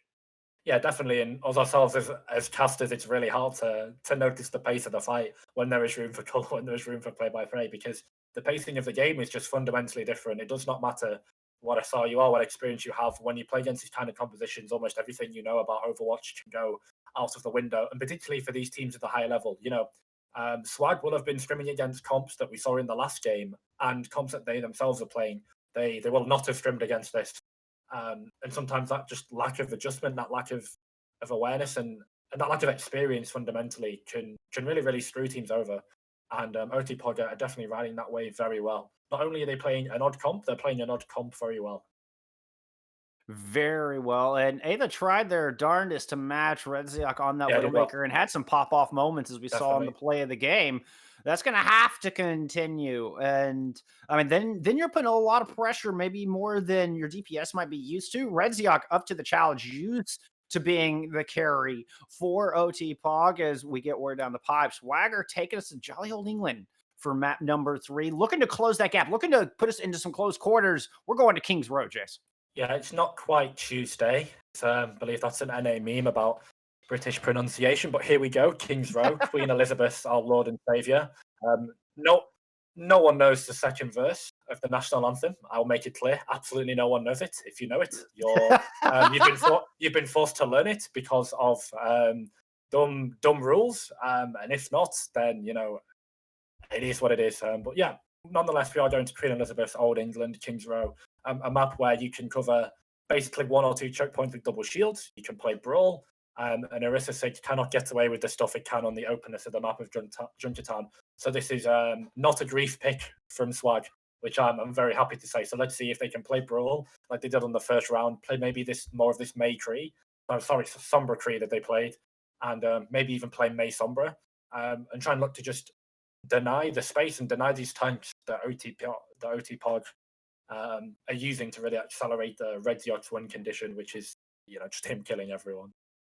I would love to see the McCree Sombra out again, and I think I mean it would require some more defensive Sombra play, kind of the brawl style of Sombra, where Yeah, you're definitely. sticking with your team, hack out the ball, try to get Andrew under control, and then you're free to focus your attention forward and try to put that pressure down on Redziak and company.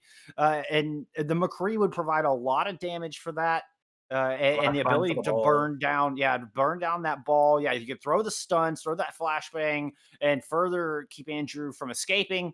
But furthering what you're talking about before. I mean, I think it's God save the Quantex at this point. This is going to be a matter of keeping their tanks alive heading into Kings Row. Yeah, and I think one of the ways they're going to be doing it is by playing a tank-centric comp, by playing Lucio Baptiste, because Lamp can save anyone. Can save only anyone once, but it can save literally anyone from anything. Balanced ability, by the way.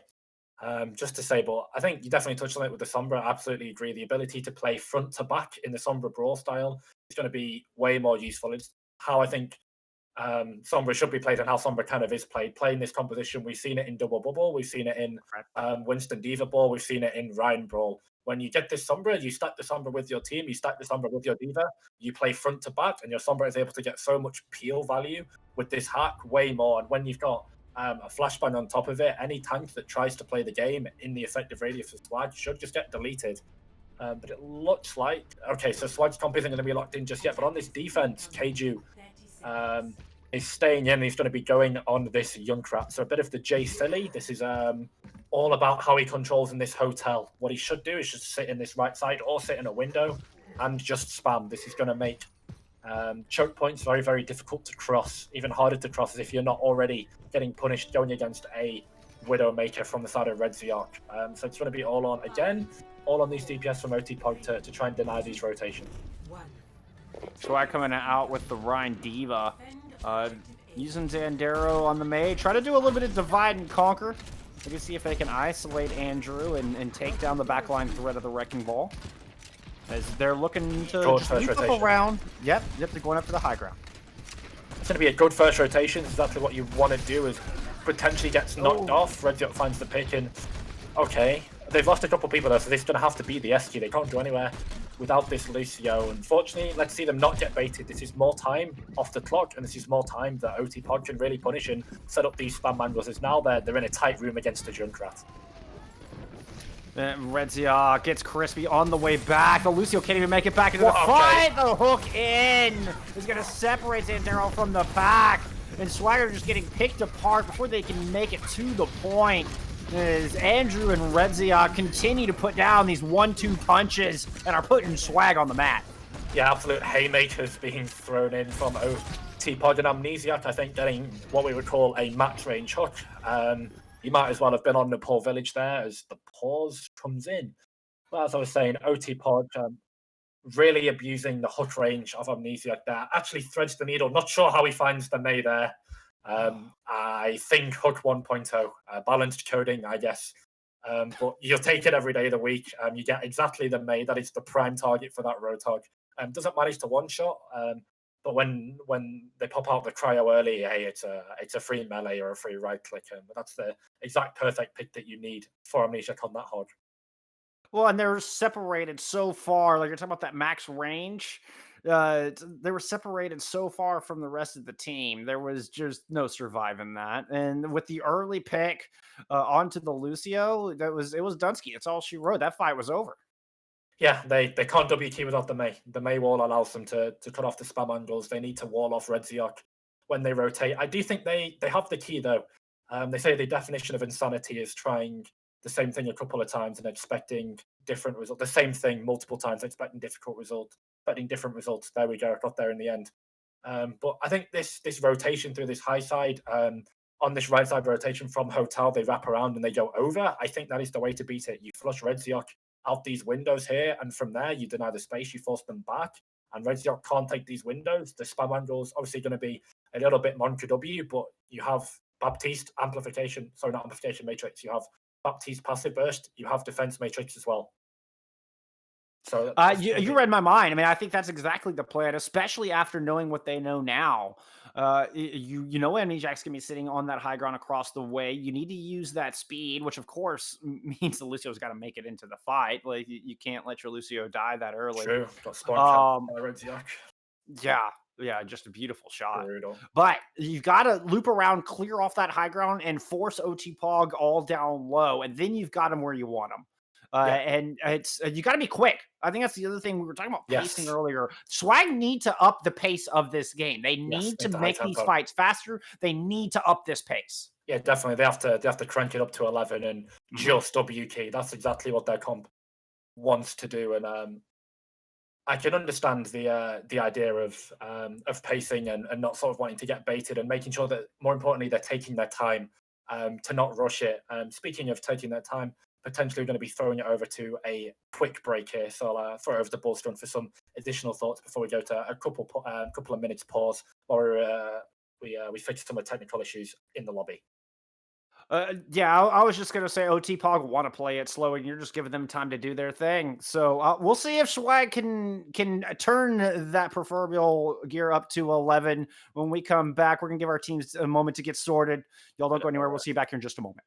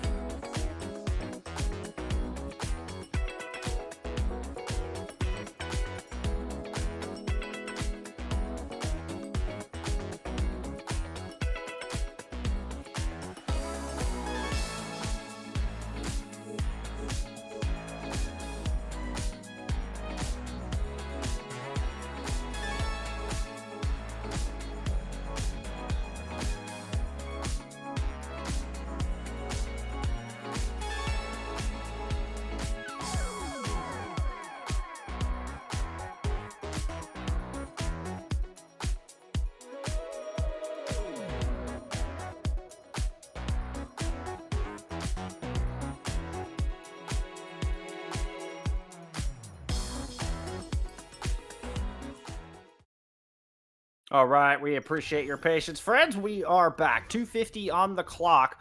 Swagg making a couple swaps here to try to unlock point A King's Row. Yeah, as they are. Zandara going to go over to the Echo as Kate. Oh no! Oh Pulse jump. no! Pulse jump. That big pause champ coming in. It'll give us some moments to talk about this composition. As Swagg have gone over to the double bubble, bringing out the Echo, going over to the On, of course, to support that Winston and the Zenyatta to help burn people down with that Discord. Yeah, and I think they've had enough of Red Seok. This is exactly what this comp wants to do. They just want to get on him and blow him up. One thing that Double Bubble can struggle with is the ability to finish down targets with a lack of a Discord, but they've chosen to go for a Discord and an Echo Beam. So now this comp from Swagg has so much damage. However, it is very, very flimsy, particularly with 2 minutes left against a Rat from Keiju and a Riptire. This could be a world of pain for the supports. Riptire is out. The bubbles are there. Both of them used. Redziak is able to pick off Zandero in the interim, though. And there's no more resources left for Swagg to push in with, so they're going to have to wait for that reinforcement, wait for those bubbles to come back. As Kadru takes Relic down, another disastrous stagger kill. Yeah, big stagger onto Relic. He's not going to be happy with this. Xandra essentially just toying with them there, playing a bit of Frogger with the primary clips from Zandero's. It's a dry ultimate. The dry ultimate bind here for Swagg. The well is dry. It is monsoon, not monsoon season. Sorry, it is drought season for Swagg. No ultimates, and they really need ultimates to beat this comp. As Keiju laying down a world of pain onto Crispy. Yeah, can't even make it through the door before getting taken out by Kagyu's mines. And he's actually able to pick up one as well. And Swagg just struggling to close this distance. They've got to get on the same page here. This is not going to cut it. Yeah, they're just going to have to try and brute force this. His context really needs to go. They can't wait for the Nano, and it's one of the best primary engages you can get with this double bubble composition. Give the Nano over to the Wind and then just go, and it doesn't matter that an off-tank isn't going with him when he's nanoed. But they need to farm that up, and with a minute left, Jark is probably just about going to get there. That's a really nice hook onto Quantex. Jack drops the whole hog, and Quantex goes down early. Andrew's able to pick up one as well. And this time, if it's not Keiju's mine, it's the explosives of Andrew and Amnesiac on the hog, giving so much trouble as Andrew's going to find their second pick of this fight, and Swagger just staggered out once again. Yeah, stag champ here for Swagger is they're so sent back to spawn now, and Nano and Duplicate online with Grav coming up as well, so this is really the fight for Swagger, and it has to be the fight. With 30 seconds left on the clock, the ultimate bind for OTPog is basically dry, bar a Riptire, and an amplification matrix. So let's see how they can do. It's going to be a really difficult fight for Swagg, but I believe in them. I think they can do it. All right, I was hoping they make this rotation. They need to circle around to the high ground and at least get themselves room to stage. Oh no, the tire. Here comes Keiju's tire. Oh no, there it is. It's unleashed. It's going to the top, and it finds both supports. No heals left on the battlefield with 3 seconds on the clock. Things are looking increasingly desperate. Swagg are able to pick up two, including Torbjorn and Redziak, as Andrew is just saying no. None for you, Relic. Wait, he might have griefed. He might have griefed. He might have. It game time for Zandero and Ethe to find kills. Quantex is back in this fight with the Primal, and here comes the progress onto point A. Wow. I don't believe my eyes, Jason. Excellent job from Quantex, Ethe, and Zandero to flip that fight. They lost both Jark and Crispy to the Riptire, as Keiju is definitely question pinning his team in there. Is not sure how you lose that fight when you get rid of both supports with one Riptire, but nonetheless, we move a little bit of extended BM for Mandry, but I think he's never going to win that 3v1 anyway. But really nice clutch from Quantex, Ethe, and Zandero. They needed to come up big, and they did. And now a little bit of momentum for Swagg. We all know how important momentum is to Overwatch. You get Ultimate starting to build. Rally's now out. Duplicate onto the Baptiste. That was a momentary duplicate if I ever saw one. Sound barriers invested from defense to try to swing this thing back. Trades come through as both teams lose the DPS. Quantex's Primal was able to pick up one, goes to the high ground, not really finding much up there. A little bit of a broken engagement, but Swagg are navigating it very nicely as they're finding the individual pieces of OTPog, and they're starting to find the kills. Yeah, it looks like they are going to pick up this pod as well, as Relic wins the 1v1 and Aether wins the Tracer 1v1, but I think the Tracer swap from Redziok, I'm not sure how effective it is, but he definitely looked a little lost there. We saw him in that first-person cab for a bit of the fight, just the whole entire fight passing him by on the low grounders. His entire team was dying around him, but Andrew gets the pick onto Zandero, so that's no focusing beam, that's so much burst gone from Swagg now. They're going to be trying to contest this second point. Yeah, it's hard to tell, but Andrew is all the way back at the spawn. Here he comes in from behind, halfway towards those mines, is Keiju is able to pick up yet another. That's a +2 to OTPog. Make that a +3 as both reports fall to the Junkrat. Keiju finds 3! And Swagg find themselves back in the spawn. Yeah, Keiju going absolutely J-silly on this Junkrat. Really nice play from him. He's going to be rewarded with a tire. 35 seconds left again, so can Swagg clutch it out? They are bone dry on ultimates compared to what they had on that initial first point unlocking. They're going to be walking into streets, a narrow choke point, into a Junkrat with tire. If Keiju, I think, can thread the needle and find both Jark and Crispy again, or even just one of them, it could be curtains and it could be series. That was such a huge fight win for Swagg. Now, or for OTPog, excuse me. Now they have the tools to close this thing out. You can see Keiju protecting the high ground right now. He's going to go ahead and drop the tire, finds one, and Eject finds one as well. Andrew rolling to the back, throws the mines down. As Swagg are forced to push onto the point, running into so much death, running into that coalescence from Crater, and there's just nothing they can do. Swagg, they get halted on the back of point B. They do get it almost there, but not quite. Yeah, almost, leave a meter or two towards the end. That Riptide was just a nail in the coffin. They had so many ultimates that they went with. Nice play, as I said, from Keiju to make sure that he didn't greed with that tire, popped it off basically just as it went around the corner, which killed Ice and provided basically a free kill onto Crispy as well. Did about 99% of his HP with that tire, just not quite able to confirm it with the radius, but more than enough cleanup coming down from Redziok on that Tracer to clean him up. And now Swagg, it's going to be a difficult hold for them. Brawl, I think, potentially is going to do a lot better on the defense than it is on the attack. OTPog don't start with high ground control. They don't start with sightline control. They don't start with defensive controllers. Now Swagg are going to have access to these high grounds, and I think Sombra is going to be all Bastion, Paul's champ. Okay. Oh, no. Okay, Mundata it is. We're getting the charcuterie board. We are full. We've got Edam, we've got Guta, we've got Cheddar, we've got Monterey Jack. This is about as far as my cheese knowledge extends, unfortunately. No, that's plenty. That's enough cheese for us. Yeah, that's enough cheese for us. Let's run it. Swagg are gonna. Well, I thought they were taking high ground. That Bastion's gonna emerge down low. Zandero is gonna end up on the rat. Okay. What are you doing, Swagg? What are you doing? Okay. They got half the team up on the high ground with Quantex on the ball. And I know he's here, surely. Yeah. I thought it is hiding inside the Mondata. Sneaky Bastion. There's something you don't see every day, Jace. It makes sense, actually. There's only one way that Ace can get shot from, and that's directly in front of him. So it's potentially genius. I think something that I would find in my Plat DPS games, but looks like it's going to be working, is the Bastion's going to be going zipping away, but Keiju, not being pressured by this Bastion, he's just going to go and take so many names. There's okay, he peeks out, and the Omnic goes back to spawn. That's going to be first point here for OTPog fairly comfortably.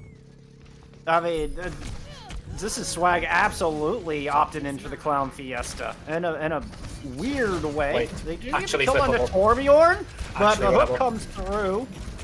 It's going to require a little bit more work from Zandero, and Crispy goes down on the back end. Quantex is going to go down. Relic returns on the Eraser, just trying to buy as much time as possible, but it's not going to be a whole lot. 5:18 on the clock as the truck comes out of the garage.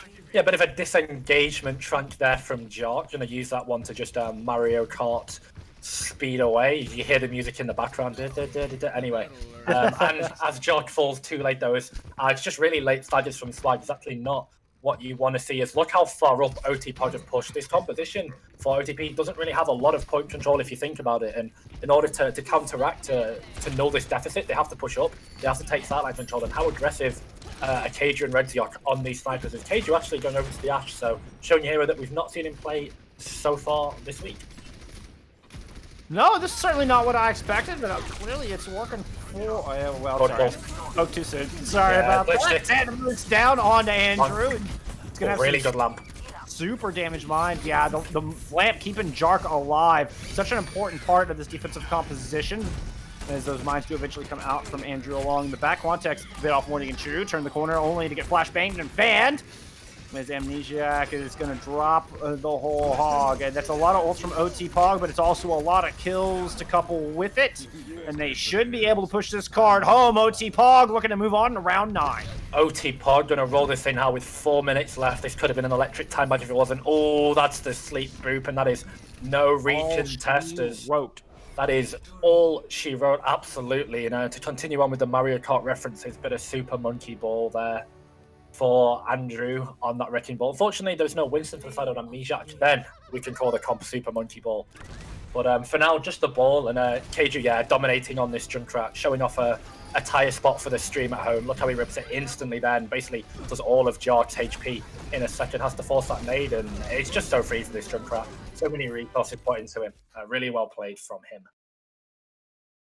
Well, once again, the unusual off-meta compositions of OTPog prevail as they continue their run through the losers bracket, heading on to round 9. Unfortunately, Swagg, despite the hot start, they lose their second series in a row, and we'll now be watching the rest of our tournament from afar. It was a good run, making it in the top 12, but that's the end of it. Yeah, unfortunately, there they do fall to the cheese as the charcuterie board lives on another day. Let's see how far these guys can go in this tournament. Hopefully, we get to see them again in the later bracket against one of our highest seeds. I believe there is the number 5 seed now in the lower bracket after they got surprised earlier today. So I would love for that matchup to happen. But that's going to be it for me, I believe. This is my debut cast. This was a lot of fun. Pleasure, guys. I'll see you guys later tonight for NA. This was so fun. Thank you. Jason, I had a blast. Glad you could join me here, and a big thank you to everybody at home for hanging out with us through our first day, our first official broadcast of our Path to Pro. Big shout out to Refresh Productions for having us on. Big shout out to Reef doing all the stuff behind the scenes, making us look good here on camera. Which we definitely need a little help with that. But once again, OTPog with the clean 3-0 sweep. Moving on, I'm always a fun team to watch. Always a fun team to watch, and I look forward to seeing what else they do as we continue with more Open Division EMEA next weekend. But like you mentioned, we're gonna have some North American matches coming up for you later today, so hopefully we will see you then. Until then.